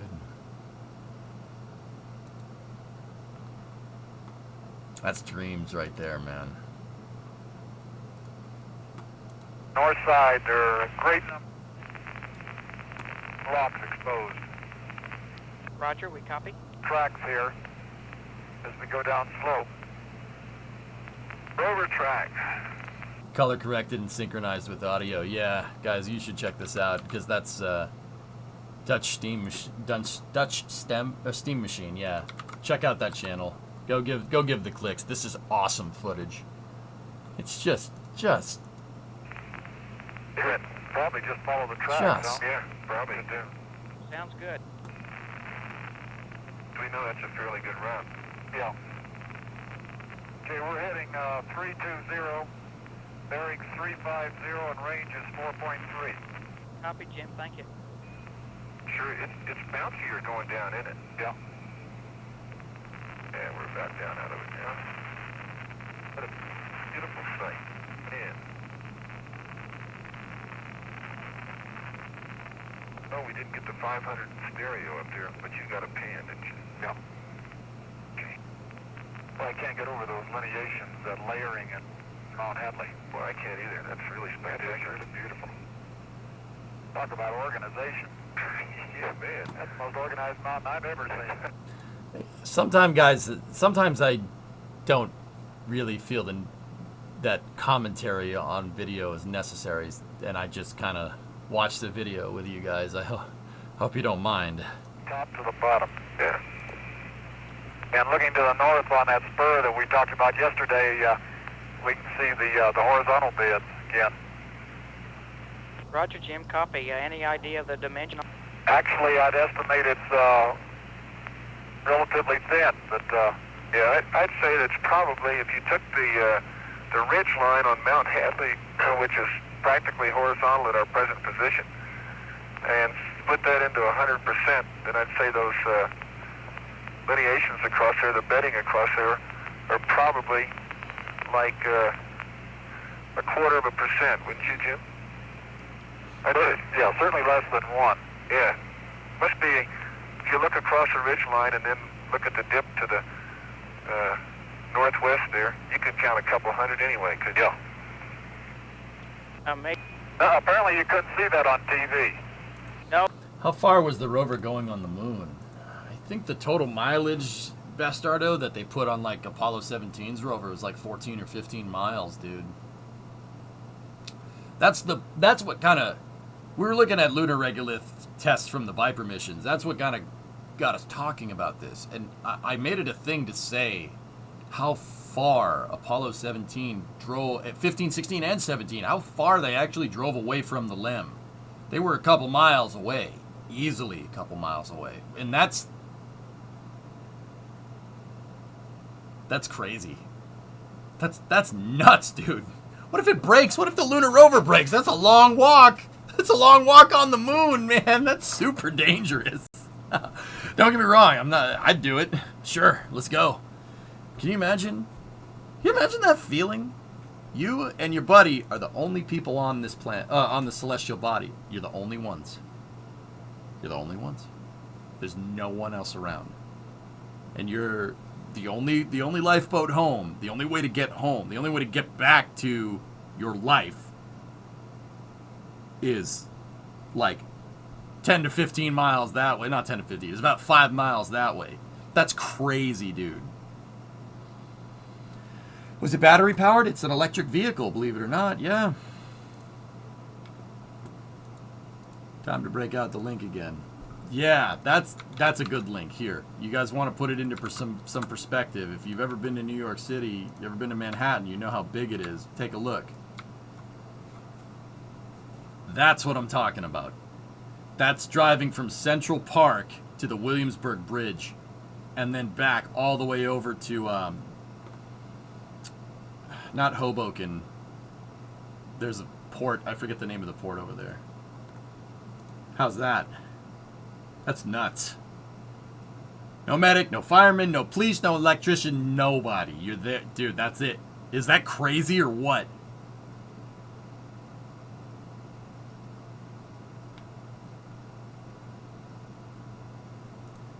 EJ, with no atmosphere and the only real consideration I'm aware of being solar wind, do you think the rover would be in good enough shape to pop in a fresh battery pack and fire it up?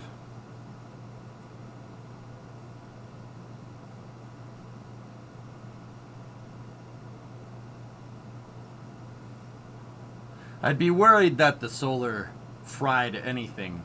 The solar radiation fried any electronics on that thing a long time ago. But that's the thing about the LRV. It's pretty damn simple. It's pretty damn simple tech. What voltage amperage did it run on? Yeah, I don't know. I don't know. You'd actually have to go look. Shoot, they traveled probably from Boston all the way to Cape Cod. Maybe total mileage, T-Man. That's about 50 miles from where Cape Cod starts to Boston City Center. I know that drive pretty well. It's not that, but it's almost that, dude. They probably did about 20 miles total on the lunar rovers, that's ridiculous. That's still crazy to me.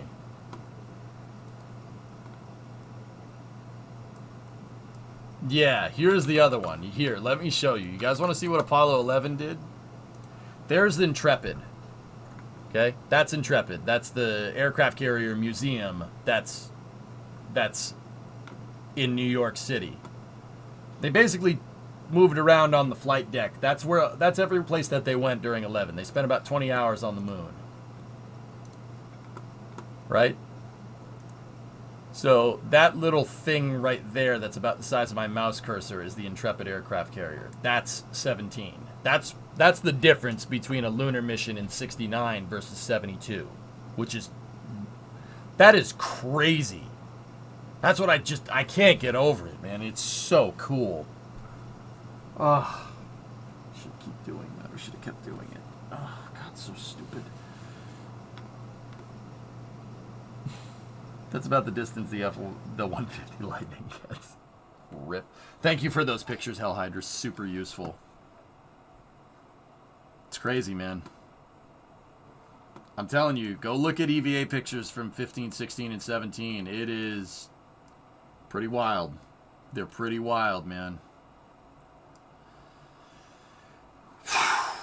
Pretty wild. We should do that again. Yeah, we should do it again. I've decided, like right now, just me. We should go do that. That'd be pretty cool.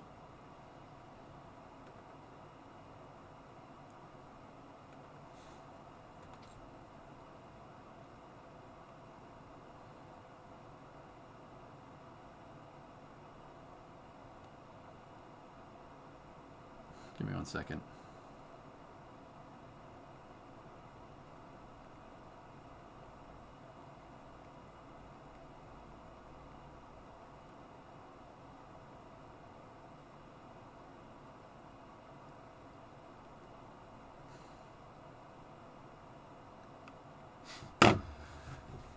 My buddy's sending me pictures of frickin' food.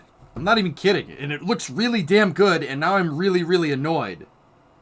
Because it looks really frickin' good. Look at this. Look at that. Well, it's chroming out the asparagus, but... Steak tips, asparagus, and squash? Dick. Dick! Been working since noon. I haven't eaten anything, man. Send me frickin' pictures of food? Uncool. Can you DoorDash Brimo for delivery? Brimo is at a work thing up in the city, B-Money. She's staying with my folks up in the city for a couple of days because work. Dude.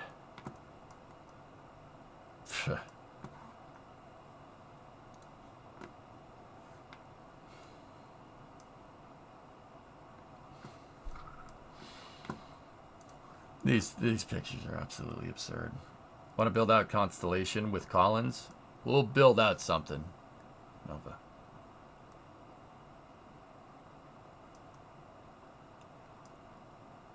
This is crazy. Look at that.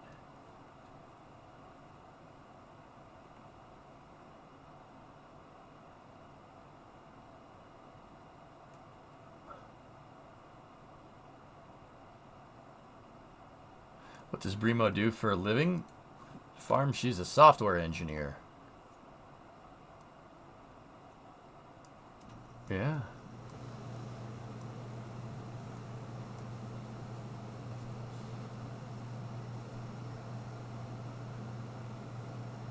You know they went for a joyride with the tracks like that. Ty, I've actually talked to a guy that's driven one of those things around on the moon. I've talked to Charlie Duke. He was on Apollo 16 with John Young. He said John Young kind of a little bit of a speed freak. Yep. And there is footage around there that's remastered footage of John Young putting the pedal to the floor and kicking up rat tails with the lunar rover. That footage is out there somewhere. Last, please. Ascent? Is that the 17 Taurus Litro Ascent? Yeah. It's awesome. Or no, that's 14. That's from Morrow. There's still a little bit of space news. There's two more things that I want to share, fellas, but we'll watch this and then we'll get back to it. Loud and clear. We're 45 seconds and counting.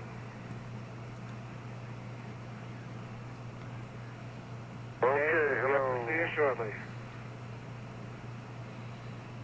Okay, just keep on time. Do you know if we planted a U.S. flag each time we landed on the moon? Yeah, I'm pretty sure we planted one every time. Have a nice, cool setup.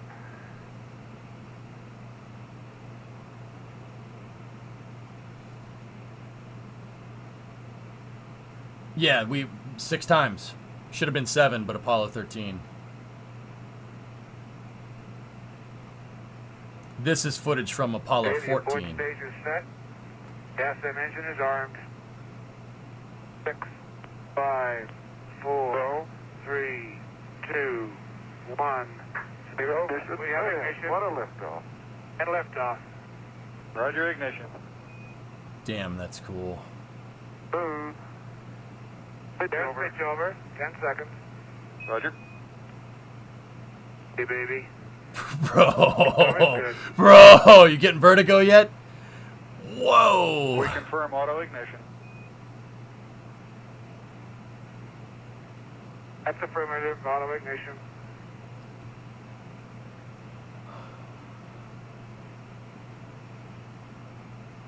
You only get science points for the first flag. It doesn't make sense to plant one flag each mission if there's no points. You bring up a very good point. What's the ball?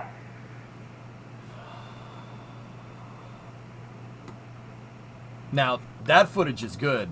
Crazy Pandas, you didn't know that footage existed. There is one more. There's one more, and I want to see if this YouTube channel up converted it.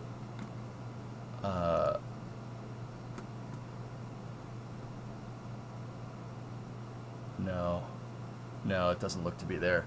All right.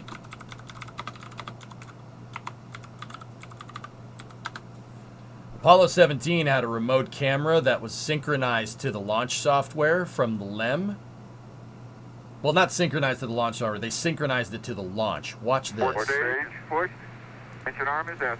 So this camera, it wasn't necessarily synchronized. When I say synchronized, you think there's some software governing the camera. No, there's a guy that's doing the track, but the guy took into account the time delay from the moon to get this shot. Watch this. Okay, I'm going to get the pro. 99, proceeded, 3, 2, 1, ignition. Right away, Houston. Specs are good. Ag side. How's that for cool? Pitch over. I found the voltage requirements for the moon buggies. They use two 36-volt silver zinc batteries. Those might still work, Tigris. They might work. Okay, 30 seconds. 308 your number. Stay coming through 1,500 feet, and H dot looks good. How's that? How's that for cool? Yeah, that doesn't suck. 99, proceeded. That's a rocket launching from another planet. Or a celestial body, not planet. Soon, though, with Mars sample return. 3, 2, 1. Ignition. Right away, Houston. Vector grid. Ag thought. Jim, I bet, you know, with 4K cameras, we could probably see the engines working. You know, like when we go back again, we get some footage. If there's ever a camera like this from the lander to take off, I'll bet you we could.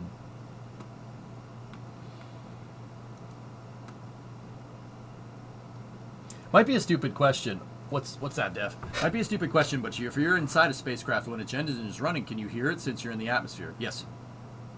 Actually, dude, if you've watched me play Starfield, I know the sounds, and I don't even need a source to confirm this. I know the sound. I know what it sounds like. When you're in maneuver mode in Starfield and you're just using the RCS, that boom dum dum dum dum dum dum dum dum dum dum dum dum dum dum dum dum dum, that noise, that's what RCS sounds like inside of a spacecraft. Now, that's not a rocket engine, but it's RCS. RCS is little tiny rocket engines, but that boom boom dum dum dum dum dum dum dum noise, that's what thrusters sound like inside of a spacecraft. I guarantee you the sound producers at Bethesda lifted that from NASA. Absolutely. They absolutely did. I'll bet you they lifted it from the shuttle. It does sound a lot like the shuttle's thrusters. But yeah, of course. Yeah, you can absolutely hear it. Mm-hmm. What were the propellants used for the landing stage and launch stage? Twisted, think about it. What would you use? You need something that's not going to boil off, so it can't be cryogenic. Ironically enough. What do you think? Can't be cryogenic. You'd use a hypergol for reliability. Bingo. Yep. The descent and ascent parts of the LEM use monomethylhydrazine and nitrogen tetroxide. Yep. Same propellants that Orion uses for its service module.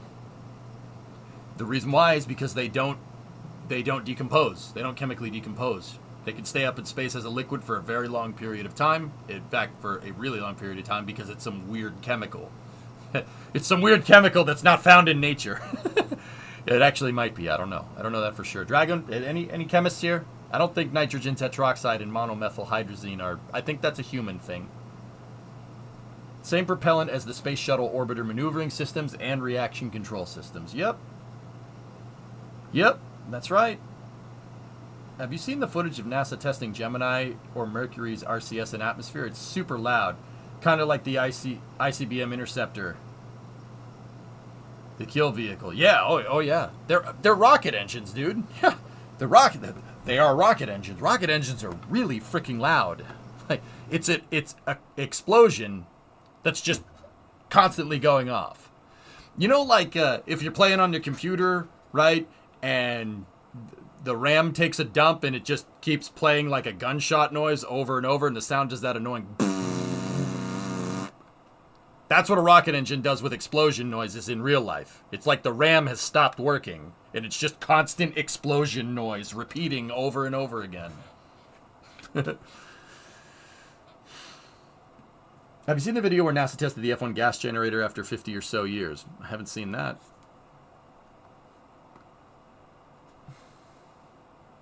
Ohm's engine are based off of the LEM engine, aren't they? Not based off of it. They're the same engine with a different nozzle. They're not based off of it. They are the same engine. They're AJ-10s. Yep.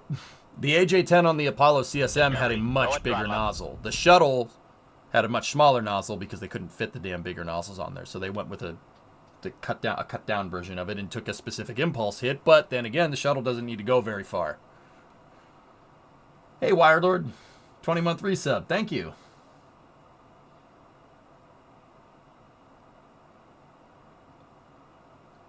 Weren't we supposed to be playing Starfield? Yeah, I knew this would happen.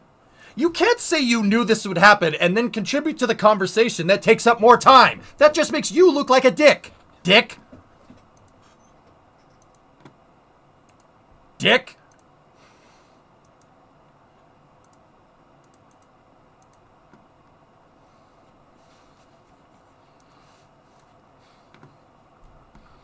I thought we were on for Counter-Strike 2 tonight. Nah, I put it as Starfield, but yeah.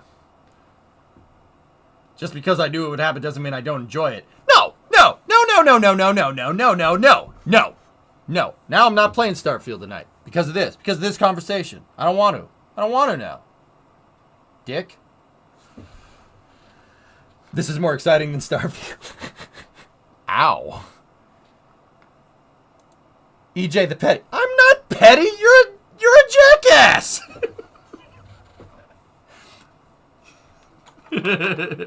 Oh God, Brimo's here. Okay. Yep. Nope.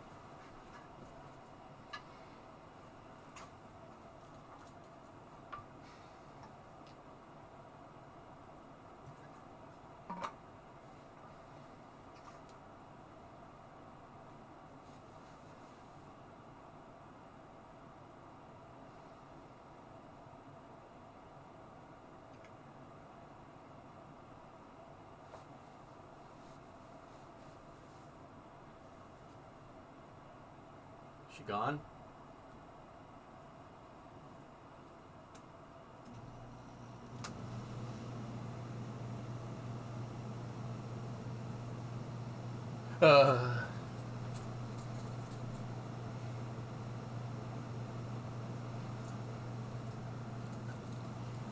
I'm your wife. I never leave. That's how it works now.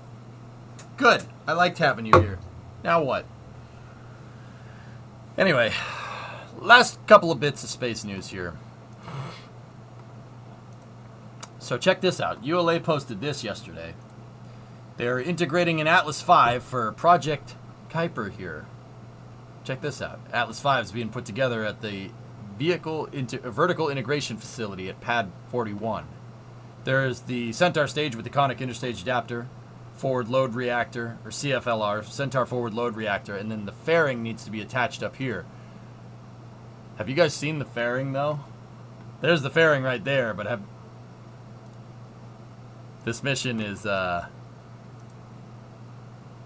it's weird. That's the fairing.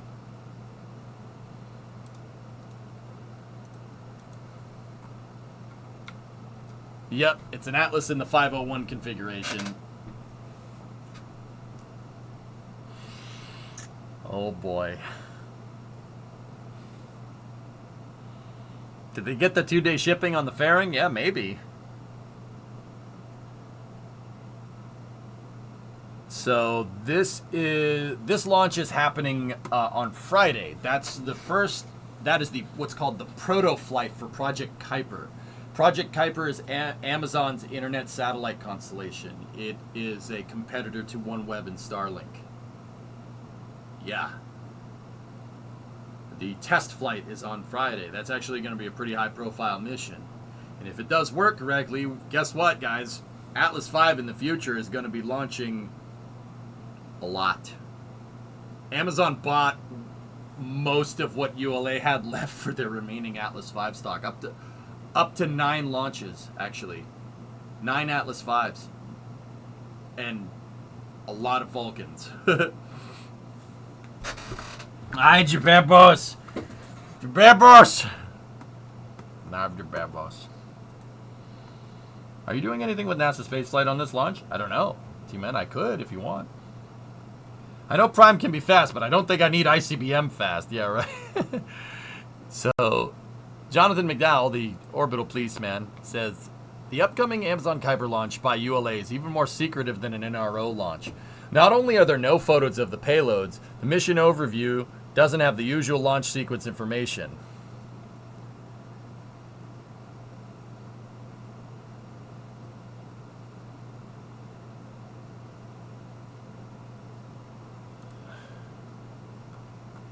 Interesting. Interesting. Isn't Kuiper eventually going over to New Glenn and Vulcan? Yep, New Glenn, Vulcan, and Ariane 6. There literally wasn't enough launches to build the satellite constellation that Amazon wants to build. There wasn't enough rockets. There wasn't enough of one rocket. They bought I think it's 38 Vulcan launches, 6 New Glenn launches, and 6 Ariane 6 launches, with the option to buy out 6 more of Ariane 6 and New Glenn after that. Amazon's block buy of rockets, I think this, pretty sure it was last year. I think it was last year. Time went by way too fast after COVID. I don't remember exactly when it was. But that block buy, 38 Vulcan launches, 9 Atlas V, up to 12 New Glenn and 12 Ariane 6 is the largest block buy in the single-handedly the biggest investment in the spaceflight industry ever by a commercial entity ever. No one, it's like, that's got to be at least $2 to $3 billion worth of launches, which is that no one is pumping that kind of money into the industry, maybe except for SpaceX, right? But I said it then and I'll say it now. More money in the commercial launch industry is not a bad thing. Hey Chris, 37-month resub. Thanks, buddy. That is absurd. Not only did that block buy persuade ULA to pursue reusability, they're going to go for smart reuse. They're going for smart reuse in the future. Basically meaning Vulcan is going to jettison its engines and they're going to go get them back, which is, that's nice. Yeah, ULA is doing reusability in the future, which is really cool. It's not like landing first stages like SpaceX, but still, I'll take getting your propulsion back. That's good. Good enough for me. Good enough for me. I thought they dropped the Hilo pickup. They're not Rocket Lab. This is ULA, not Rocket Lab. Differences.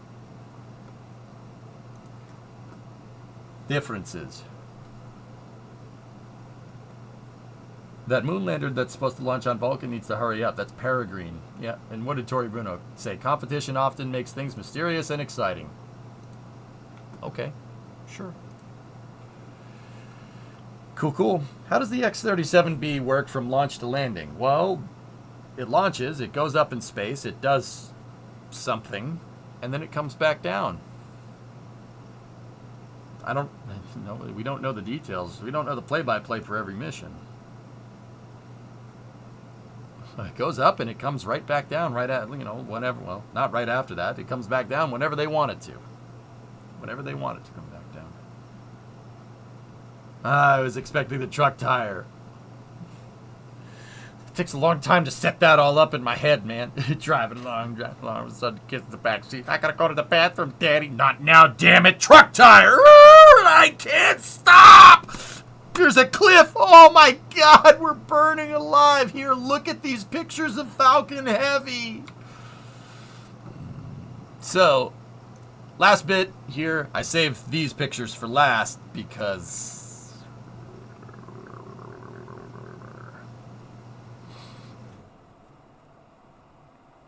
the X-37B launches into space. It does space things right after that, and then comes back down and does landing things. Damn, how'd you know? 37B tested microwave transmission of electricity, and apparently it was quite successful. Yeah, we should do that. We should build a gigantic vehicle that's bigger than a 747 to build solar panel arrays up in geostationary orbit. That would be really useful. Huh? What? Sorry. Take note of the old Falcon 9 booster in that picture. Yeah, there's a Falcon 9 Block 3 or Block 4 sitting over there. That version of Falcon 9 hasn't flown, well, in years at this point, which might as well be ancient in SpaceX history. I'm not sure what that thing is doing over there, or why it's inside of a HIF. They're clearly doing something on it. The hood's off, believe it or not. Falcon 9 has 8 hoods on it. You got to pop the hood to work on the engine. There's 8 of them around the perimeter. You could see them right there. However, that's an older version. That's a way older version. Actually, the hood's technically right there, but I digress. Hey, Taylor. Yes, Dan Kilberg. Very apt, yes. It goes up, and it can also, which is really exciting, because then it lands automatically. Yeah, so I'm not sure what SpaceX is doing with that thing over there, but it's actually in multiple pictures. So you can see it again there on the right. Here, I'll move to the other side of the screen. There we go. See? That's an old Falcon 9, a really old Falcon 9. Yeah. We don't even know which booster it is from what I can tell. But in the center here, you see that's the Psyche mission. That's the Falcon Heavy launch for the Psyche mission. The Psyche mission is a mission that's going to go prospect some asteroids, amongst other things. A future display piece? They're feared that's a pretty good bet, if I had to guess. Sure.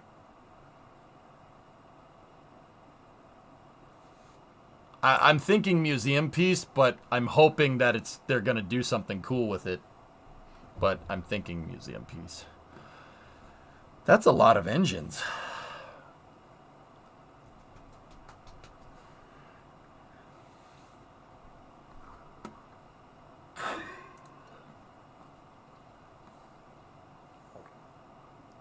Administrator Bill Nelson promoted. There's an ad that popped up there, Tigris. Yeah, Blue Shift. That's cool that Bill's visiting Blue Shift. I hope they can launch out of Maine. That would be really cool. I know that the Smithsonian is getting a grid fin and a Merlin engine, Hell Hydra. I actually commented about that on Twitter a little while back. I was like, I can't... This stuff was brand new, like, not long ago. It's kind of nuts. It's kind of crazy. And of course, the Psyche Falcon Heavy boosters have flown many times. It's weird because the center core is brand new. And you see what it looks like when a Falcon 9 is new next to when it's not new. What is on that center engine on the center booster? I have no idea what that is, Sawyer. Those things? I don't know what those are. They're on every nozzle from what I can tell. Yeah, even the side boosters. I don't know what that is. Something.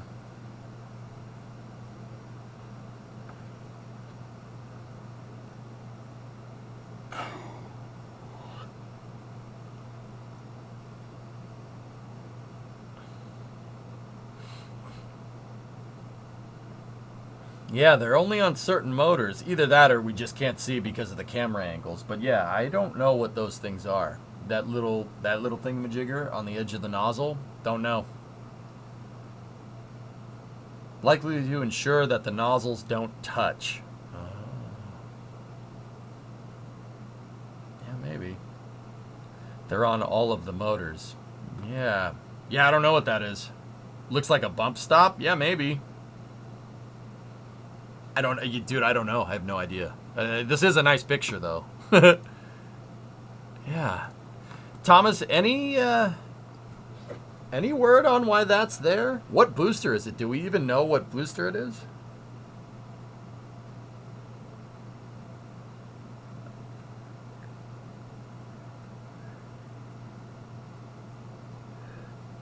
The old booster is likely 1021. It was stored at Hangar M, then moved to the parking lot of Slick 40 for storage. They're likely prepping it for a Cape Canaveral Space Force Station display. Okay. Isn't it going to take 2 years longer because of the new trajectory after the last delay? Yeah, something like that. Yep.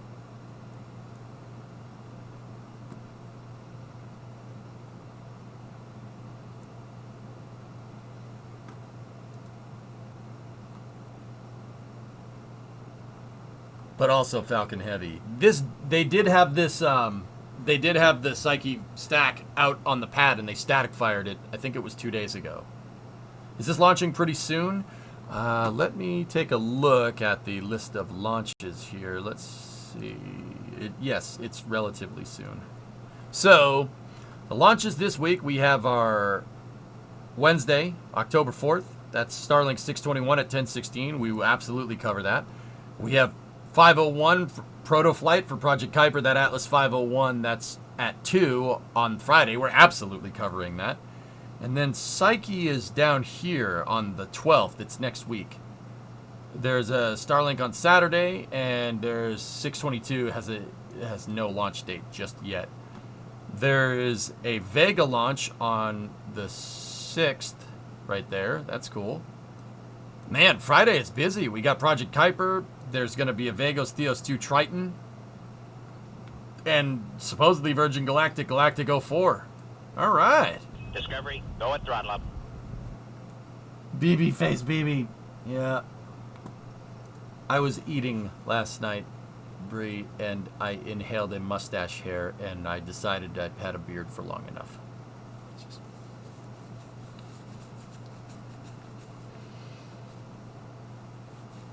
Your dad is having minor surgery on the 12th, Flask? Might have to miss that one. I spite shaved my beard. I'm like, no. Not taking that. I don't think the Virgin Galactic flight will be streamed. Yeah, they don't seem to be streaming that at the request of their customers, which is their prerogative, Hell Hydra, but it kind of sucks for us. But hey, it is what it is.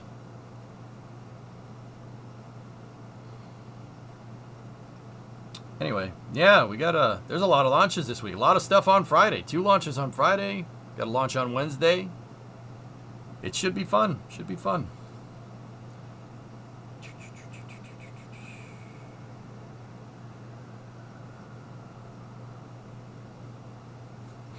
It's just fake space galactic. Damn, dude. Damn. Found an article about those lumps on the Falcon nozzles. Can you give us a TLDR throttle? What are they? I don't know. I haven't seen them. Stretching my back, guys.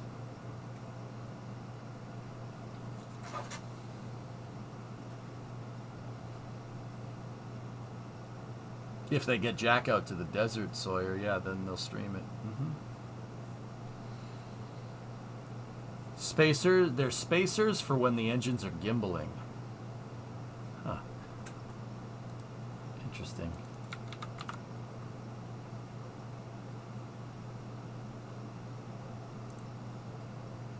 What's this, Thomas? CSI Starbase Field Agent Vixie. What is this? Up. Okay.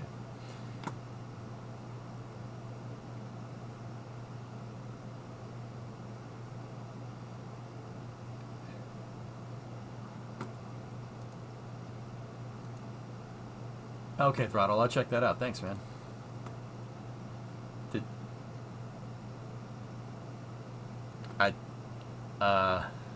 Okay.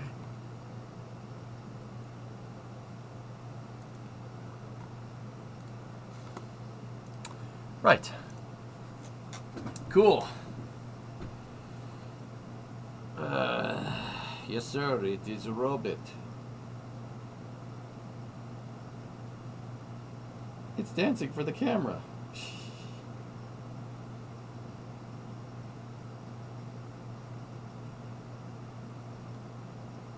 All right. Cool. Well, anyway, dudes, that was a good space news. Neat. I hope you guys enjoyed it. That was about 4 hours of space news. We started at 5:30. It's 9:30 now. Wow. Guys want to wind down with some Starfield? Yeah, yes, man. You working on the novel?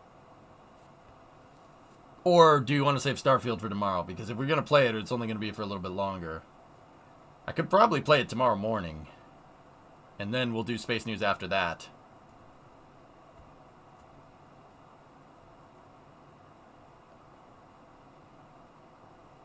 Yeah, Bandit, yeah, maybe. Tomorrow?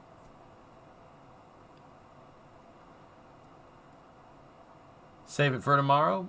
Could try what I said about pirating ships in Serpentis for a bit. I mean, Tessa, let's be real. It's not going to be for a bit. I'm trying not to lie to myself.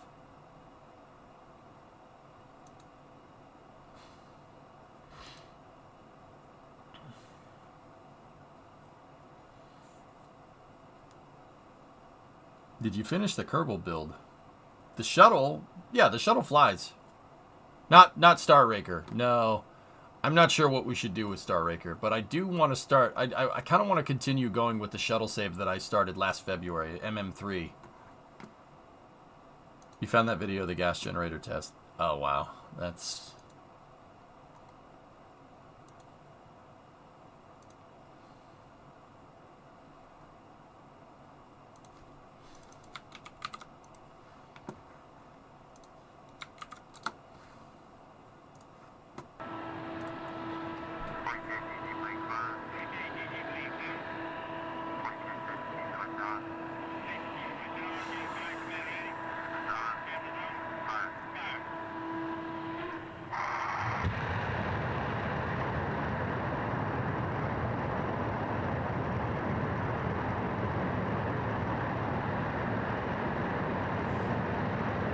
That's the gas generator. That's not even the rocket engine.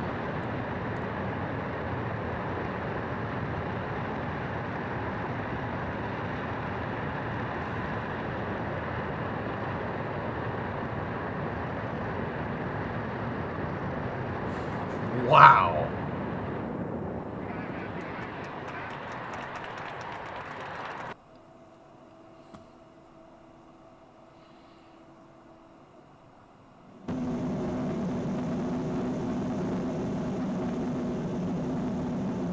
Dude.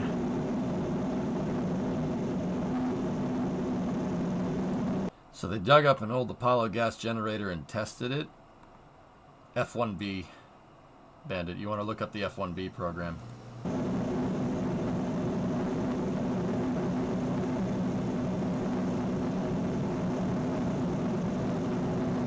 Long story short, part of Constellation.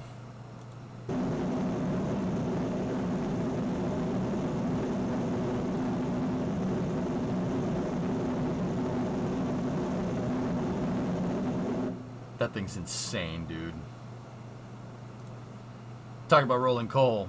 They ran the gas generator fuel rich because the F1 engine used film cooling on the later parts of the nozzle. If you guys look, the gas generator, the part that they were just testing is this part right here.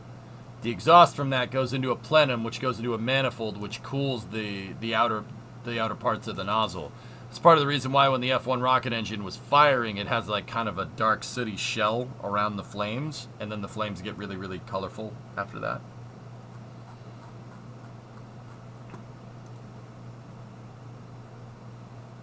That is an awesome, awesome model.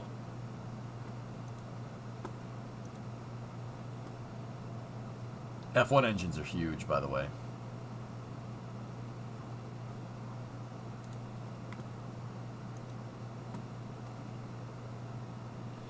Elon should just launch the Starship deal with the godlike powers of the FAA after.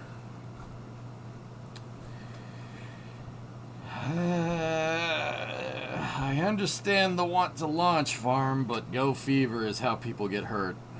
I mean, at the very, very least of it, that's how bad stuff happens. You know what? Let's crank up Starfield. Let's do it. Let's crank up Starfield for like an hour. Let's go kill stuff with the Big Mac. We will start the Great Barun